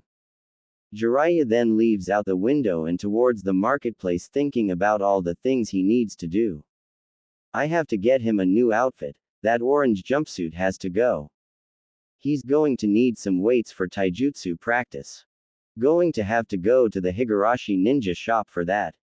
I should probably get him some books on sealing and basic fuinjutsu supplies while I'm there. Sealing is in his blood, being an Uzumaki, and when he finds out about his mother, I bet he will be even more interested. Finally, I need to teach him some basic ninjutsu. Won't be too hard. I can take care of that. Plus the training in those abilities Kyuubi was talking about. This is going to be a long month.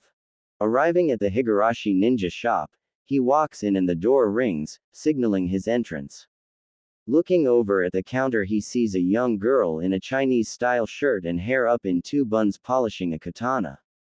Looking up when he enters, the girl grows wide-eyed at his presence. Jumping up and bowing, the girl says, Jiraiya-sama. It's an honor to have you in our store.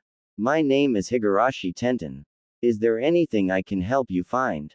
Bowing slightly in return, Jiraiya remarks, actually Tenten-san, I was wondering if Kashiro was in. Oh, you mean Dad? Yeah, he's in the back working the forge. I'll go get him. Deciding to start looking around while waiting, Jiraiya eventually hears a booming voice behind him. Ah, Jiraiya-sama, it's been years since y'all last been here. It's great to see ya again. Turning around, he sees a bear of a man. Higurashi Kashiro, a former ninja who retired due to injury in the Third Shinobi War, is very tall and muscular with a barrel chest and massive arms covered in scars and burn marks that only comes from blacksmithing, a weathered face and long black hair with streaks of gray bound by a leather strap showing his age. Smelling of smoke and clothes covered in soot. Though imposing, the man has a mile-wide smile on his face as he greets his old friend. An equally large grin on his own face, Jiraiya shakes the man's large hand, says, It's been too long, Kashiro. And how many times have I told you to drop the sama? I told you, just because I'm a Sanin doesn't mean you have to address me like that. We go way back to my genin days. Laughing loudly, Kashiro responds, only every time I see ya, Jiraiya. But I'm sure ya didn't come here to reminisce about old times. Now what can I do for ya? Growing serious, Jiraiya looks Kashiro in the eyes and says, it regards his legacy. Knowing immediately who Jiraiya was talking about, Kashiro turns to his daughter who is listening to the conversation. Ten-chan, would you please go deliver the batch of training weapons to the academy while Jiraiya and I borrow the shop for a bit? Confused, but resigned, she responds, okay Dad. I'll be back in an hour. Leaving and switching the sign to closed on her way out, Kashiro then asks, so it's time already, huh? Yes. Things are happening that are making me move up my plans for Naruto. I have to train him and get him strong enough to survive what is about to happen. I've met young Naruto several times already, he always seemed like such a nice boy. But I know some of the things that have happened to him and quite frankly it disgusts me. I'm happy to help Jiraiya. I owe Minato a debt that I could never repay. The least I can do is help his son. I know. I just found out the whole story from Naruto and Sarutobi-sensei. Let's just say things in the village are going to be very exciting come the finals. I'm sure. Now what is it you need? I'm needing a new outfit made for Naruto. 5 sets of them will work and I've already got what I want written down. That orange jumpsuit makes Naruto a walking target and he needs to blend in more. Handing Kashiro the paper with the specifications, he looks it over and nods. I can have this done in a few weeks. What else? Nodding, yes, about 5 will do. Also, Naruto and I are going to leave after the finals, so I need the long-term training package. Training clothes, with slots to put weights in. Don't worry about them being chakra weights, I can draw the seals myself. A full set of kunai and shuriken. Some basic fuinjutsu scrolls and supplies. Also a practice sword for kenjutsu. I'm going to give Naruto his mother's inheritance and I'm sure he is going to need it. Finally, I need some sealing scrolls to store everything. As Jiraiya was listing the items, Kashiro was grabbing them off the shelves and piling them on the counter. Pulling out his wallet to pay for the items, Kashiro waves it away. It's on the house, Jiraiya. I've gained plenty of business from Naruto over the years and this is the least I can do to help repay my debt. Bowing to the man, Jiraiya said, "Thank you, my friend. There is one more thing though. I need a batch of Minato's special order to be made and picked up before we leave. I will pay double for your speed and discretion." Eyes widening, Kashiro whispers, "So you are going to teach him that?" "Very well. I'll have it done and ready by the time you have to leave. Be careful." Bowing once again, Jiraiya heads towards the door with the large scroll full of supplies. Before he leaves, he says, "You too, Kashiro. I won't forget this. Thank you." And then he was gone in a swirl of leaves after the door closes. With Naruto back at the clearing. "Kuso. What is taking that pervert so long? I swear if he is peeking again I'm going to beat the crap out of him." "Cease your senseless ranting, he is here." A swirl of leaves announced Jiraiya's arrival with a large scroll tucked under his arm. Waving, "Hey Naruto. I'm back. Sorry it took so long, I was talking with Sarutobi-sensei and got held up." "How did things go with the fox?"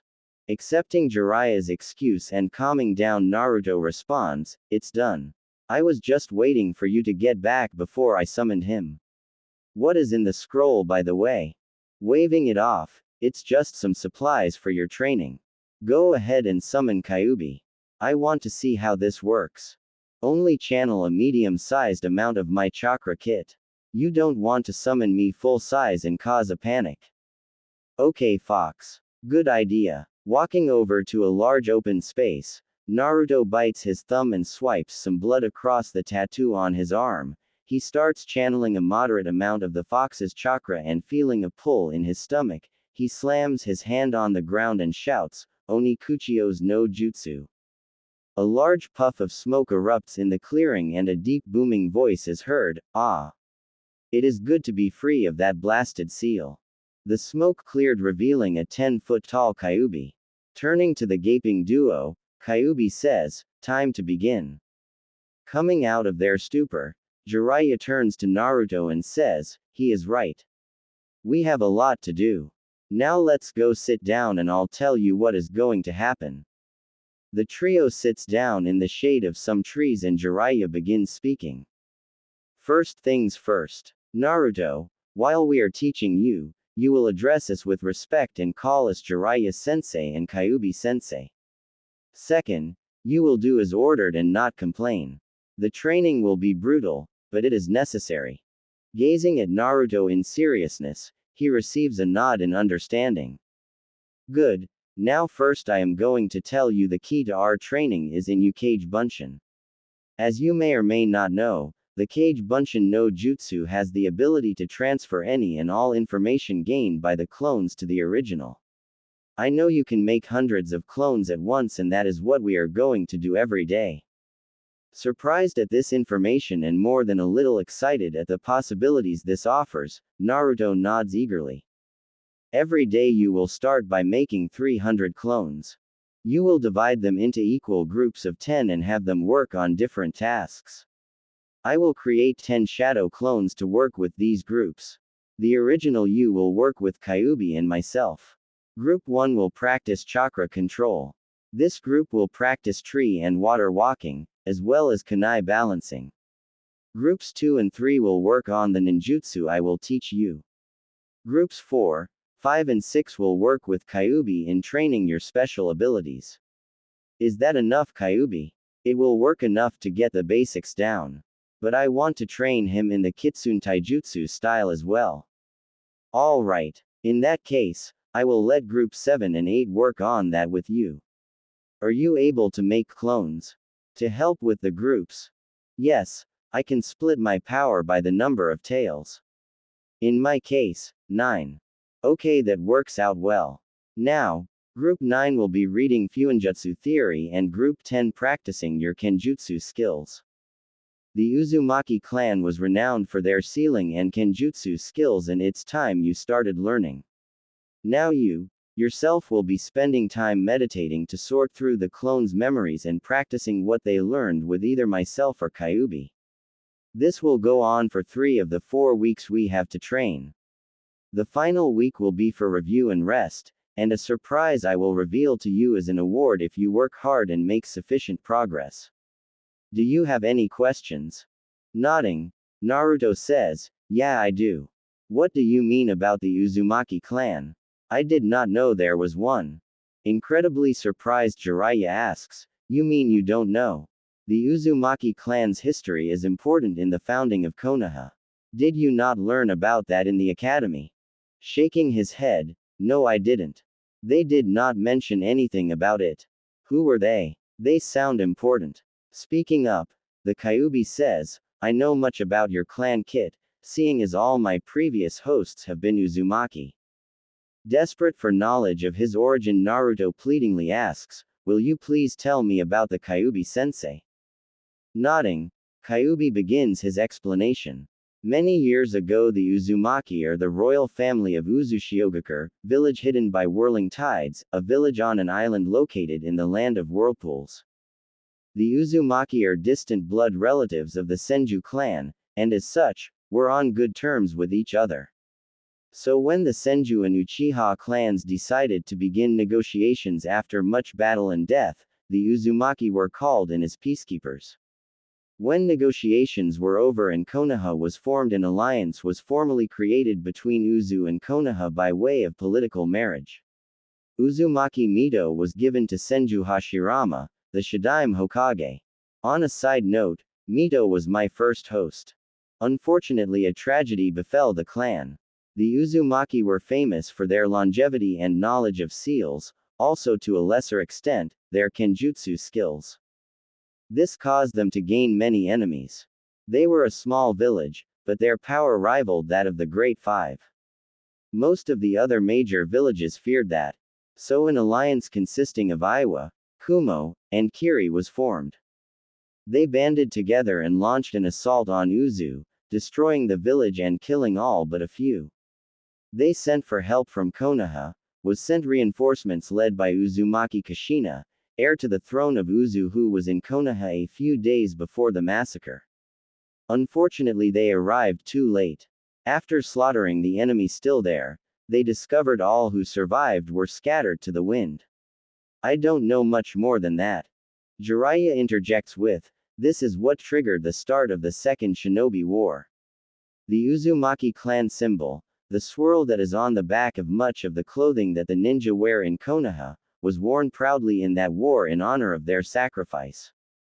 Naruto by now has tears running down his face upon hearing the tragedy that befell his clan. He shakily asks, is there anything left? Jiraiya nods and then says, yes, Naruto, there are some ruins left. You were actually near the area where the village was located. You see, some of the survivors eventually returned to the land of whirlpools and decided to live peacefully and never establish a ninja system there again so as not to be attacked. The name was then changed to what is now the Land of Waves.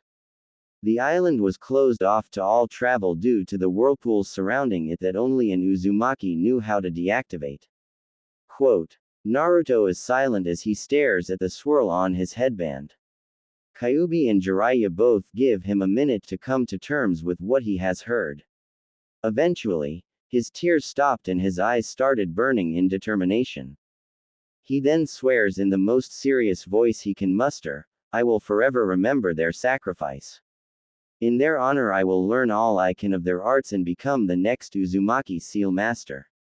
I will eventually return to my ancestors' homeland and rebuild it to its former glory. I swear this on my ninja way." Nodding in satisfaction, Jiraiya then asks, "Is there anything else before we start?" Naruto shakes his head no. The trio then stands up and Jiraiya says, "Then let's get started. Create the clones and we will begin." Naruto shouts, "Yosh," and moves to the middle of the clearing. Channeling his chakra and moving his fingers into a familiar cross sign, he roars out, "Kage Bunshin no Jutsu." The past 3 weeks have been some of the toughest of Naruto's life and he was looking forward to finally be able to rest. Every day has been the same. He would wake up and summon Kyuubi. Then he would make 300 Bunshins and have them group off learning various things under the watchful eyes of Kyuubi and Jiraiya, as well as their own Bunshins, while he went and did physical training using the weights Jiraiya gave him. Then every 5 hours, Naruto would meditate and slowly disperse the groups of Bunshins and assimilate their knowledge. He would then create more Bunshins and start the process over again while he went and practiced what they learned, and continue this until it was time to sleep. I had all paid off though. Naruto was the strongest he'd ever been in his life. Under Kyuubi's tutelage he learned how to utilize his enhanced senses. He can also create and control fox fire. He was only at an intermediate level. He had no problem creating and channeling it like he would normal fire, but the jutsu he used were low in number. He could also manipulate it to cover parts of his body for use in his taijutsu. He also started delving into kitsune illusions. But they were complicated and he did not get very far, only at a beginner's level, being able to do basic illusions such as Kitsune no Sakaku, Kage no Karuku Kitsune Illusion, Cloak of Shadows, and Kitsune no Sakaku, Naizu no Kiksuki Kitsune Illusion, False Insanity. The Kitsune-style taijutsu was a different story. He took to it like a fish to water. It just felt natural to him and he became very proficient, borderline advanced at the style. When combined with his fox fire abilities, it made a deadly combination. The Kitsune taijutsu is a very acrobatic style that utilizes speed, unpredictability, feints, misdirection and counterattacks, often integrating parts of the environment to its advantage. Moving in all directions near the opponent, whether it be above, behind, to the sides, or head-on. The user moves in using high speeds to bypass an opponent's guard and strike quickly with a quick punch or kick combo and then move away before the opponent can counterattack. Movements simply flow with each other with no pattern or method, making it hard to predict, yet still very deadly. Learning the style was made even harder due to the chakra weights given by Jiraiya. Thanks to the Kyuubi's healing however, his body quickly adapted to the weights. So Jiraiya then placed resistance seals on him. These seals work by altering the air around the bearer, increasing its resistance to movement, making it feel more like moving through water or mud. Naruto's seal was currently only on level 2 out of 10 due to only having them for a few days. Training with Jiraiya was just as difficult. But his ninjutsu arsenal was now greatly expanded to include some jutsu of his nature affinities, wind and fire, with the fire being Kitsune Bai. Those include Kaden, Enden Fire Release, Flame Bullet Kaden, Hosenka no Jutsu Fire Release, Phoenix Sage Fire Futon, Daitapa Wind Release, Great Breakthrough Futon, Atsugai Wind Release, Pressure Damage. He also learned some jutsu to expand on his existing talent with Kage Bunshins. Those include Shuriken Kage Bunshin no Jutsu, Shuriken Shadow Clone, Kunai Kage Bunshin no Jutsu, Kunai Shadow Clone, and Naruto's favorite, Bunshin Daibakua Clone Great Explosion. He also learned the Shunshin no Jutsu, Body Flicker, at Jiraiya's insistence. His chakra control also increased greatly, mastering tree and water walking to the point where he could fight on any surface for over an hour without losing his concentration. He had also started kunai balancing, and was able to hold a kunai suspended above his hand for about 5 minutes. Naruto's skill in sealing progressing quickly. Fuinjutsu just seemed to click with Naruto. He read through several books on Fuinjutsu theory and improved his calligraphy to a level Jiraiya was satisfied with. He can write seals at decent speeds for a variety of functions. He is versed in some Fuinjutsu techniques like Yansu no Kuna no Fuhokusu no Shoheki, four-corner fox barrier. He can also make many types of seals, ranging from storage scrolls, to explosion tags and chakra suppressors. His kenjutsu was also nothing to scoff at. While he is no master swordsman, he was able to adequately wield and use a sword without looking like a complete novice. Using hundreds of bunshins every day for 3 weeks had improved Naruto's skills from low genin to high chunin or low jonin. We now find Naruto and Jiraiya heading towards a familiar ninja shop. Present time, with Naruto and Jiraiya. With an exasperated look on his face, Naruto asks, "Nay, Ero Sennin, where are we going?" "I want to get some ramen. It's been forever since I went to Ichiraku's and saw Tyuki Ojisan and Ayame Nichan." Frustrated at the lack of respect, Jiraiya asks, "Whatever happened to Jiraiya-sensei, Gaki? I thought I was finally getting some respect from you." With a sly grin, Naruto answers, "That's because we aren't training anymore. You said while we were training I was supposed to call you that, but now we aren't. It's back to Ero Sennin. I do respect you though, so if you like I could call you, Ero Sensei. Besides, you're still a pervert so I will call you, Ero, because that is what you are." Sighing, Jiraiya says, "Whatever Gaki, but to answer your question, in case you haven't noticed, your training outfit is beat to hell and due to your growth spurt, none of your old outfits will fit. So we are heading to pick up the new outfit I had made for you at the Higurashi ninja shop." Grinning brightly, "Oh, we're going to see Kashiro Ojisan. That's cool. I haven't seen him since before my last mission. A new outfit would be good I guess. I hope there is some orange in it. I love orange." Shaking his head, Jiraiya says, "I know you love orange, so there is some in it, but nowhere near the degree it was with your horrific jumpsuit." Laughing lightly with a faraway look, Naruto says, "Yeah. I suppose that thing looked terrible, didn't it? But it was the only thing I could afford and it helped draw attention to me. I suppose that is why I bought it, so I could have my existence acknowledged. But none of that matters anymore. I no longer care about what the villagers think of me. I'll miss my friends, but I will be glad to leave the village after the Chunin exams." Mood dampened slightly, Jiraiya says, "Yeah, I can understand. But things are going to change soon. You will show the village what a mistake they made when your burden is revealed to the public. The lies will stop and people will be forced to look at their actions. That reminds me, I still need to have Sensei talk to your friend's Sensei about what is going to happen soon." Gaining a slightly devious smirk, "I still can't believe you and Gigi thought of that. It's so clever. Plus it will make the council look bad by airing their dirty laundry regarding me. That makes it worth it. Plus what you're planning for me is awesome and there is nothing the council can do about it.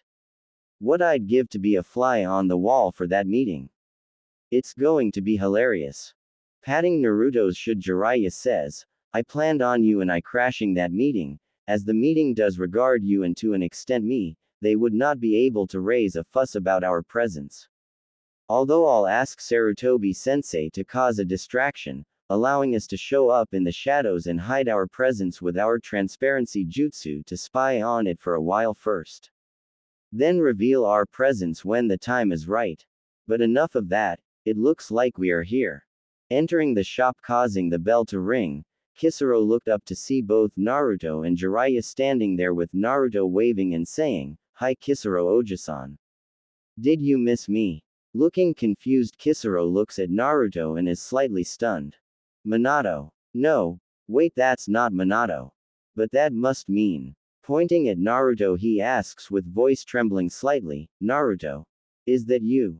With a foxy grin that bears his fangs, making him look even more feral with his new features. Of course it's me. Who else would call you Oji-san to your face? Laughing because that is true, I suppose you're right.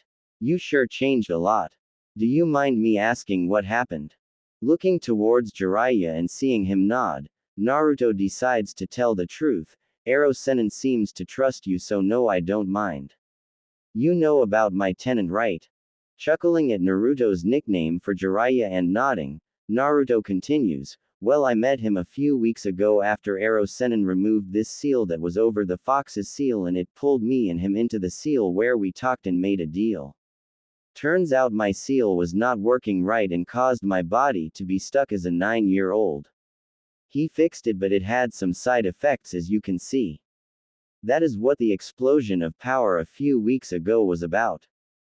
Completely surprised at what he was told, Kisaro felt like he wasn't getting the whole picture, but decided not to ask as he didn't need to know. Shaking his head, Kisaro asks, so I assume you are here to pick up your new wardrobe? Nodding eagerly, yeah, Ero Sennin said he got me new clothes because my old ones would not fit anymore. This training suit is all I got. Handing Naruto a brown, wrapped package, Kisaro offers, well, why not just change into a set here? There are changing areas in the back. Go on while I talk to Jiraiya here. Bowing, Naruto thanks him and goes off to the back of the store to change. Jiraiya, after making sure Naruto was out of earshot, even with his advanced hearing, then asked with a whisper, is the special order almost ready? Equally quiet, Kisaro replies, yes. It is almost done. By the end of the exams you will be able to stop by and pick them up. Does Naruto know about his parents yet? Shaking his head, Jiraiya replies, no. I am going to tell him about his parents later today and give him his mother's inheritance. I'll hold on to his father's scroll until we are safely out of Konoha. There is no way we can risk his father's prized jutsu falling into the hands of someone like Danzo. That would be disastrous for all involved. Nodding, Kisaro says, it sounds like a plan. I hope he does not react too badly though. I hope he does. Kisaro, now look alive, here he comes. Sure enough, there was Naruto dressed in his new outfit with a foxy grin on his face. Thank you so much, Ero Sennin, this is awesome. I look totally badass in this. Indeed he did. Naruto's outfit consisted of a short-sleeved, black trench coat with dark red and orange flames at the bottom of the coat, the Uzumaki clan symbol on the left sleeve and the kanji for 9 engraved on a Hittite plate on the right, his practice sword attached to the fasteners going diagonally down the back, a mesh shirt visible under a long-sleeved, tan, V-neck style shirt. Wrapped bandages starting at the forearm over the sleeves down to the hand, semi-loose black pants with some bandages around the thighs and a kunai holster attached to the right leg, held up by a belt, brown in color, with places to hold scrolls on them, a pouch for basic supplies near the back of the hip, and finally shin mesh to bind the lower area of the pant legs, and black ninja sandals. Nodding in approval, Jiraiya said, you pull of that look well, Gaki. Especially with that feral look and longer hair of yours. You look like a serious ninja. Looking at Jiraiya with a grin on his face, then turning to Naruto, you almost look like you were born to wear those clothes. Although it helps when this is a near replica of Minato's clothing during his prime, just in darker colors and smaller size. He definitely takes after his father now. Oblivious to the older man's inner thoughts, Naruto simply says, thanks Kisaro Oji-san, Ero Sennin. Kisaro smiles then frowns slightly, you welcome Naruto, but I can't help but feel something is missing. Ah, I know. Kisaro reaches back to the leather wrap in his hair, unravels it, letting his hair flow free and hands it to Naruto saying, come over here for a minute. Naruto does as asked and Kisaro turns him around so he can see Naruto's hair from the back. Pulling the hair together in the back, Kisaro proceeds to wrap the dark leather band in Naruto's hair starting at the base of the neck, down to his shoulders where he leaves a small amount of hair falling freely at the very end. He then unties Naruto's forehead protector and turning Naruto around, he ties it to his left arm. So the leaf symbol is visible just below the Uzumaki clan symbol. There you go Naruto. Now it's perfect. Naruto then turns to the window to see his reflection and admire the new hairstyle and placement of his forehead protector. Giving a thumbs up, Naruto says, "It's perfect. Thanks." Jiraiya then speaks up, "Thank you for getting this done Kisaro. We have to go." Jiraiya was then interrupted by Naruto's stomach making its displeasure about lack of food apparent, much to Naruto's embarrassment. "And get the Gaki some food apparently. Yada." Two Ichirakus. Grabbing Naruto's shoulder before he can run off, Jiraiya then says, "Wait Naruto. Let's take the quick way why don't we?" "Okay Aro Senin. Bye Kisaro Ojisan. I'll see you later." Both Jiraiya and Naruto bowed before making a hand sign and disappearing in their respective shunshuns. Jiraiya in a swirl of leaves and Naruto in a swirling column of blue fire. Outside Ichiraku Ramen. Arriving at the ramen stand, Naruto immediately ducks under the flaps and shouts in greeting, "Hey Tsuki Ojisan, Ayame Nichan. Did you miss me?" Naruto is immediately glomped by a brown and white blur. This blur happened to be Ichiraku Ayame. A young woman of around 17, with tanned skin, long brown hair and dark eyes. She and her father have known Naruto since he was a child and are two of the few who treat Naruto well, with Tsuki acting like a kindly grandfather and Ayame an older sister. "Naruto o Tudo, where have you been? We haven't seen you in over a month and we were getting worried." Turning red due to being smothered in Ayame's chest, Naruto manages to force out, "Ayame Nichan. Can't breathe." At this point Jiraiya, who is currently grinning lecherously and scribbling in his notebook, comments, "I don't know Naruto. Seems like a good way to go to me." Giggle giggle. Ayame, looking down and seeing where she is currently gripping Naruto at, turns red and after letting go of Naruto, shouts, "Pervert." And hits Jiraiya with the ladle she is currently holding. Upon hearing Ayame shouting out, Tsuki, in a fit of fatherly rage, storms out to castrate whoever is inappropriately touching his daughter, however stops at seeing Jiraiya and stares confusedly at the sight of a bright red Ayame, a laughing Naruto, and Jiraiya, who is currently on the floor with swirly eyes and a huge lump on his head. Immediately guessing what has happened and realizing he overreacted, Tsuki then remarks, "You'll never change will you Jiraiya?" Jumping up and dusting himself off like nothing happened, he replies, you know me Tsuki, I need research for my new book and the Gaki here is a gold mine."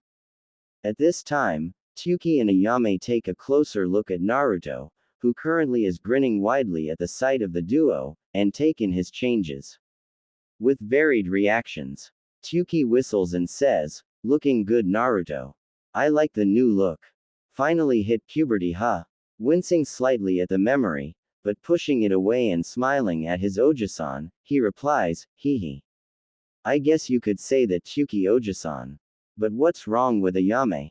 She's acting weird." Said girl was staring at Naruto with a glazed look on her face, flushed cheeks and a bit of blood dribbling down her nose. Upon seeing this Tsuki immediately bursts out laughing, snapping Ayame back to reality and wondering what the joke was. Naruto, being oblivious, doesn't understand what is going on but notices the blood and comments, "Hey Ayame Nichan, you got a bit of blood coming out of your nose." With pink rising in her cheeks at being caught having some indecent thoughts towards her little brother, quickly wipes her nose and changes the subject by asking, "So Naruto what'll it be today?" As if on cue, Naruto's stomach starts grumbling again causing him to sheepishly rub the back of his head and say, "I guess two of the usual Ayame Nichan. I'm pretty hungry." Writing it down on her notepad she then says, "All right then. 10 bowls of ramen, with 6 miso, 2 chicken and 2 beef, coming right up." What do you want, Jiraiya-sama? Jiraiya-sama, are you okay? Jiraiya, whose eyes bugged out at hearing the order, is currently having flashbacks of a certain female, red-headed Uzumaki. Kami. He eats just as much as his mother. My poor wallet is going to be so empty when I'm done here. Eventually shaking himself out of his stupor, he says, just a beef and vegetable ramen is fine with me. Now sitting at the bar next to each other with the two ramen cooks in the back, Naruto asks, hey Ero-sennin, where are we going after this? I don't really want to go back to my apartment and have to deal with everything being broken again. Nodding in understanding, Jiraiya says, you're staying with me at my hotel for the remainder of our time in the village. But before we go, we have to stop and see the Hokage. I'm sure he misses you and we have to get the first phase of our plan out of the way. Nodding in agreement, Naruto then asks, it's really happening, isn't it? There's no going back now. Serious now, it is Naruto. There is no other choice. I will not let the village continue on unpunished, and this will strike them all where it hurts. Ayame then returns with their meals. With a quick, Ida Takimasu, they dig into their meals. After finishing them and receiving the bill, Jiraiya cries waterfall tears as he empties his wallet onto the countertop. After which Naruto and Jiraiya then shunshin to the Hokage's office. Hokage office, with Sarutobi. Sarutobi Hiruzen was currently fighting a losing battle against the bane of every cage in existence, paperwork. Massaging his aching hand, he gets up and walks over towards the Yondaime's portrait with a scowl on his face. I bet you're just mocking me right now. Seeing me toil over endless piles of paperwork. How did you do it? What was the secret to getting it all finished so easily? His internal grumbling was interrupted when he felt the telltale spike in chakra signaling a shunshin in his office. Turning to face the new arrivals, he is surprised to see who is arriving in his office. Appearing in the classic swirl of leaves was Jiraiya, but it was who appeared in a column of blue fire swirling up from the floor that caused the Sandame's heart to stop briefly. Minato. No, it can't be Minato, so it must be. Hey old man. Did you miss me? Smiling brightly, Naruto, my boy. It's good to see you. You being here must mean that the training was successful. Correct. Come sit down. Sarutobi sits at his desk and after activating the privacy seals in his office, he motions for them to begin. Hell yeah, it did. Jiraiya-sensei and Kyuubi-sensei taught me a lot. I learned so much thanks to those bunchins of mine. Smiling, Sarutobi asks Jiraiya, and how would you rate young Naruto now? How strong is he really? Taking a contemplative look, Jiraiya then says, as of now he's got the finals in the back. As for his skills, his taijutsu is easily low mid-jonin. His ninjutsu is easily jonin, by utilizing his two elemental affinities to full effect, as well as the Kage Bunshin jutsus, I'd definitely say jonin. Genjutsu is nil if he can't use the Kitsune illusions. If he can, I'd say he is low mid-chunin there. He has a lot of latent talent in Kenjutsu, being an Uzumaki, so there is a ton of potential there. I'd probably rate it at low jonin, though it will get higher if he gets more practice in. Ceiling, in high jonin in theory, having read several advanced books on Fuinjutsu, however, due to the amount of time it took to correct his handwriting. Oi, my handwriting was not that bad. Shut it Gaki, it was atrocious. But we fixed it. Anyway, if we had more time he could get his practical Fuinjutsu up to his theory but as of this moment his around low jonin. He's already chunin, heck I would rate him a Tokubetsu, special, jonin with a specialization in sealing. Kyuubi and I really outdid ourselves here. I never expected that using the bunchins would allow him to get this far. Beaming in pride at the praise he's given, Naruto feels the need to point out, don't forget this is all because of your idea to use the Kage Bunchins to shorten the time and get more stuff done. That was awesome. Nodding in agreement, Sarutobi says, young Naruto-kun is right, Jiraiya-kun. I was really clever. I certainly look forward to Naruto's performance in the exams. Sorry about earlier when I first saw you. My eyes were playing tricks on me and I thought I saw someone else. Hehe. You must be getting old, Oji-san. Now you're seeing things. Who else would it be? While Naruto was speaking, Sarutobi sent a questioning look towards Jiraiya, then flicking his eyes towards Naruto and back. He indicates, does he know? Shaking his head, Jiraiya mouths, tonight, and Sarutobi nods.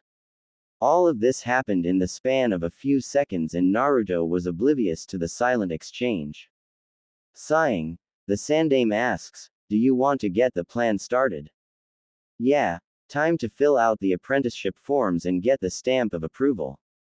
Standing up and moving to the middle of the room, the Hokage snaps, Uzumaki Naruto. Front and center. Jumping up and into said position. Do hereby accept the full-time apprenticeship of Jiraiya of the Sannin, Toad Sage of MT. Myoboku. If you do, Jiraiya-sama will be your legal guardian in all things. You will be granted the rights and privileges a Sannin has, including, but not limited to, Sannin travel rights and limited political immunity. You will only answer to either Jiraiya-sama or myself. No one else will have the authority to command you. Are you willing to accept this responsibility?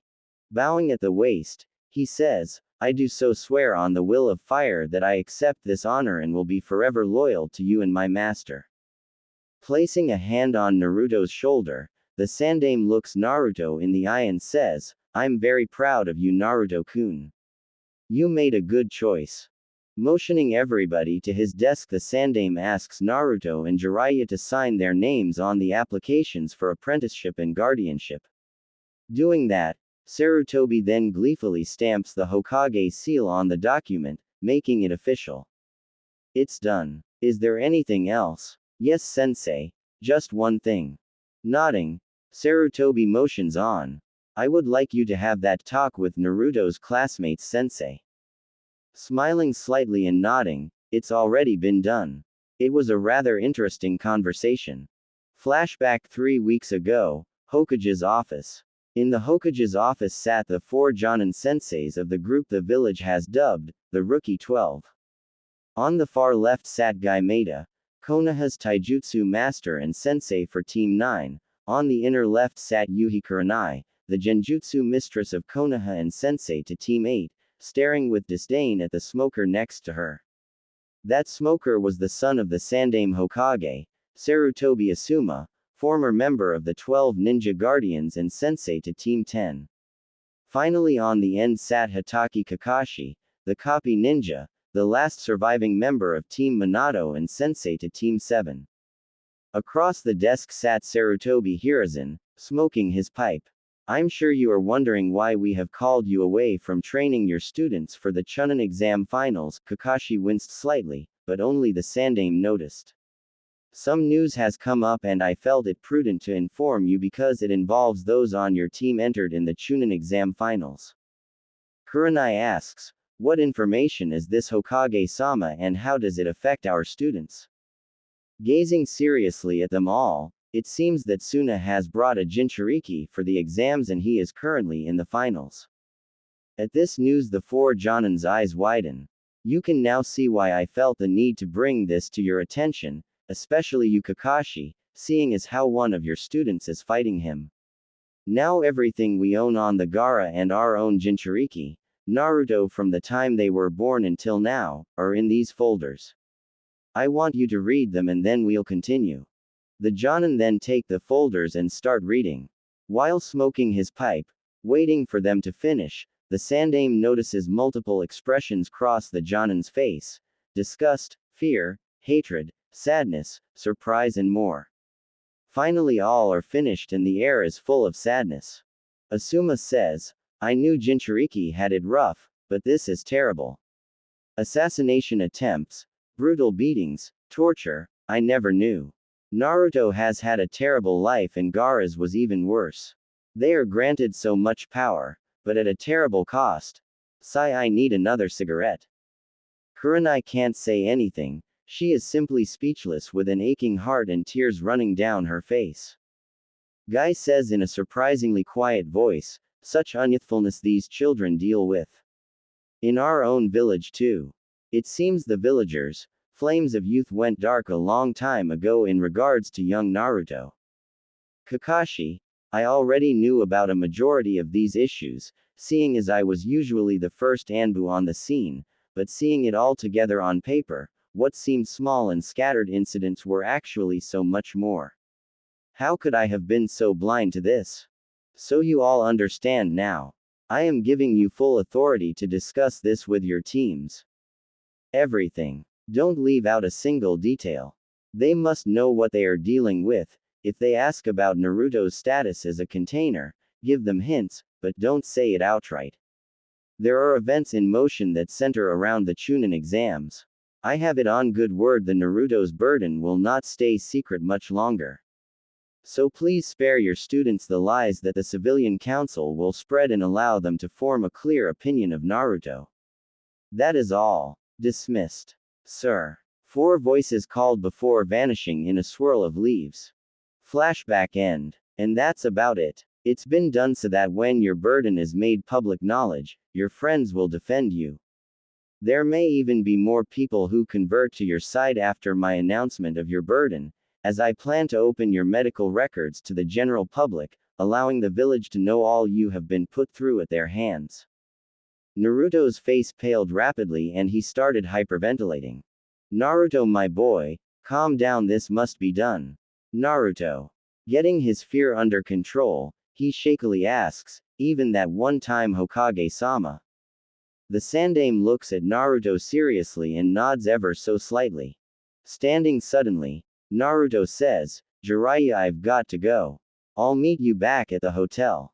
I need some time to think. He disappears in a swirling column of blue flames. Very worried, Jiraiya then asks, Sensei. What did Naruto mean by that one time? What causes him so much stress? Sighing deeply, the Sandaime reached into the bottom drawer and pulled out a bottle of sake and 2 saucers. Have drink, Jiraiya. You're going to need it. Jiraiya drinks. It's that bad. Shaking his head sadly. No, I'm afraid it was much worse. The event Naruto was talking about was the time he was raped, then beat near to death by several villagers. Dear Kami, I never knew. Why did this have to happen?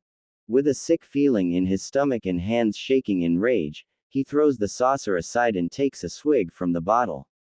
What happened? Rape scene start. He was 9 at the time. They cornered him in an alley and knocked him out. When he came to, he was strapped to a coffee table. He was begging to be set free, saying he had been a good boy, but then she comes in. She starts saying how she is going to make the demon feel good. She won't enjoy it, but she wants power. She thought any demon offspring would be the birth of a new Kekkei Genkai.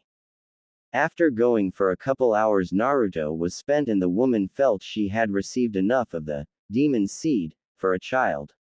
So she then proceeded to make sure nobody else could do what she had done with him again and stabbed him in the scrotum, severing the nerves and tubing there. From there he was tortured for several hours, until the bitch had enough and tossed him out into a back alley.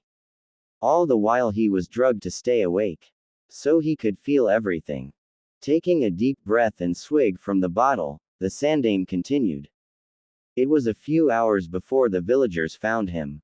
Still under the effects of the drugs, they proceed to have some fun, and left him with half his bones broken and bleeding to death. When the Anbu found him later, he was covered in urine and blood. When he was brought to the hospital, the full extent of the damage was revealed. 64 broken bones, a ruptured spleen, collapsed lung, a cracked skull, broken nose, black eyes, lacerations to 70% of his body, and his reproductive system was completely destroyed. Asterisk asterisk asterisk asterisk asterisk rape scene end. Sighing deeply, it took 3 weeks full of surgeries. However, if the Kyuubi had not helped him, there was no way he would have survived. It was the only time the doctors and Kyuubi worked in tandem. The doctors set the bones and Kyuubi mended them, They rebuilt his reproductive system and the Kyuubi healed it and made it functional again. If he was bleeding too much when repairing his internal organs, the Kyuubi lessened the flow. They cleaned and disinfected the wounds and lacerations, and Kyuubi stitched the skin back together. It was a miracle that he survived. After all the wounds were healed and sealed up, Naruto was placed in a medically induced coma for 3 weeks. Why so long, sensei? Every day we sent in a Yamanaka to try and identify the woman and other attacks, but the mental defenses were too strong. They could not access it to see it, or suppress it to help with Naruto's recover.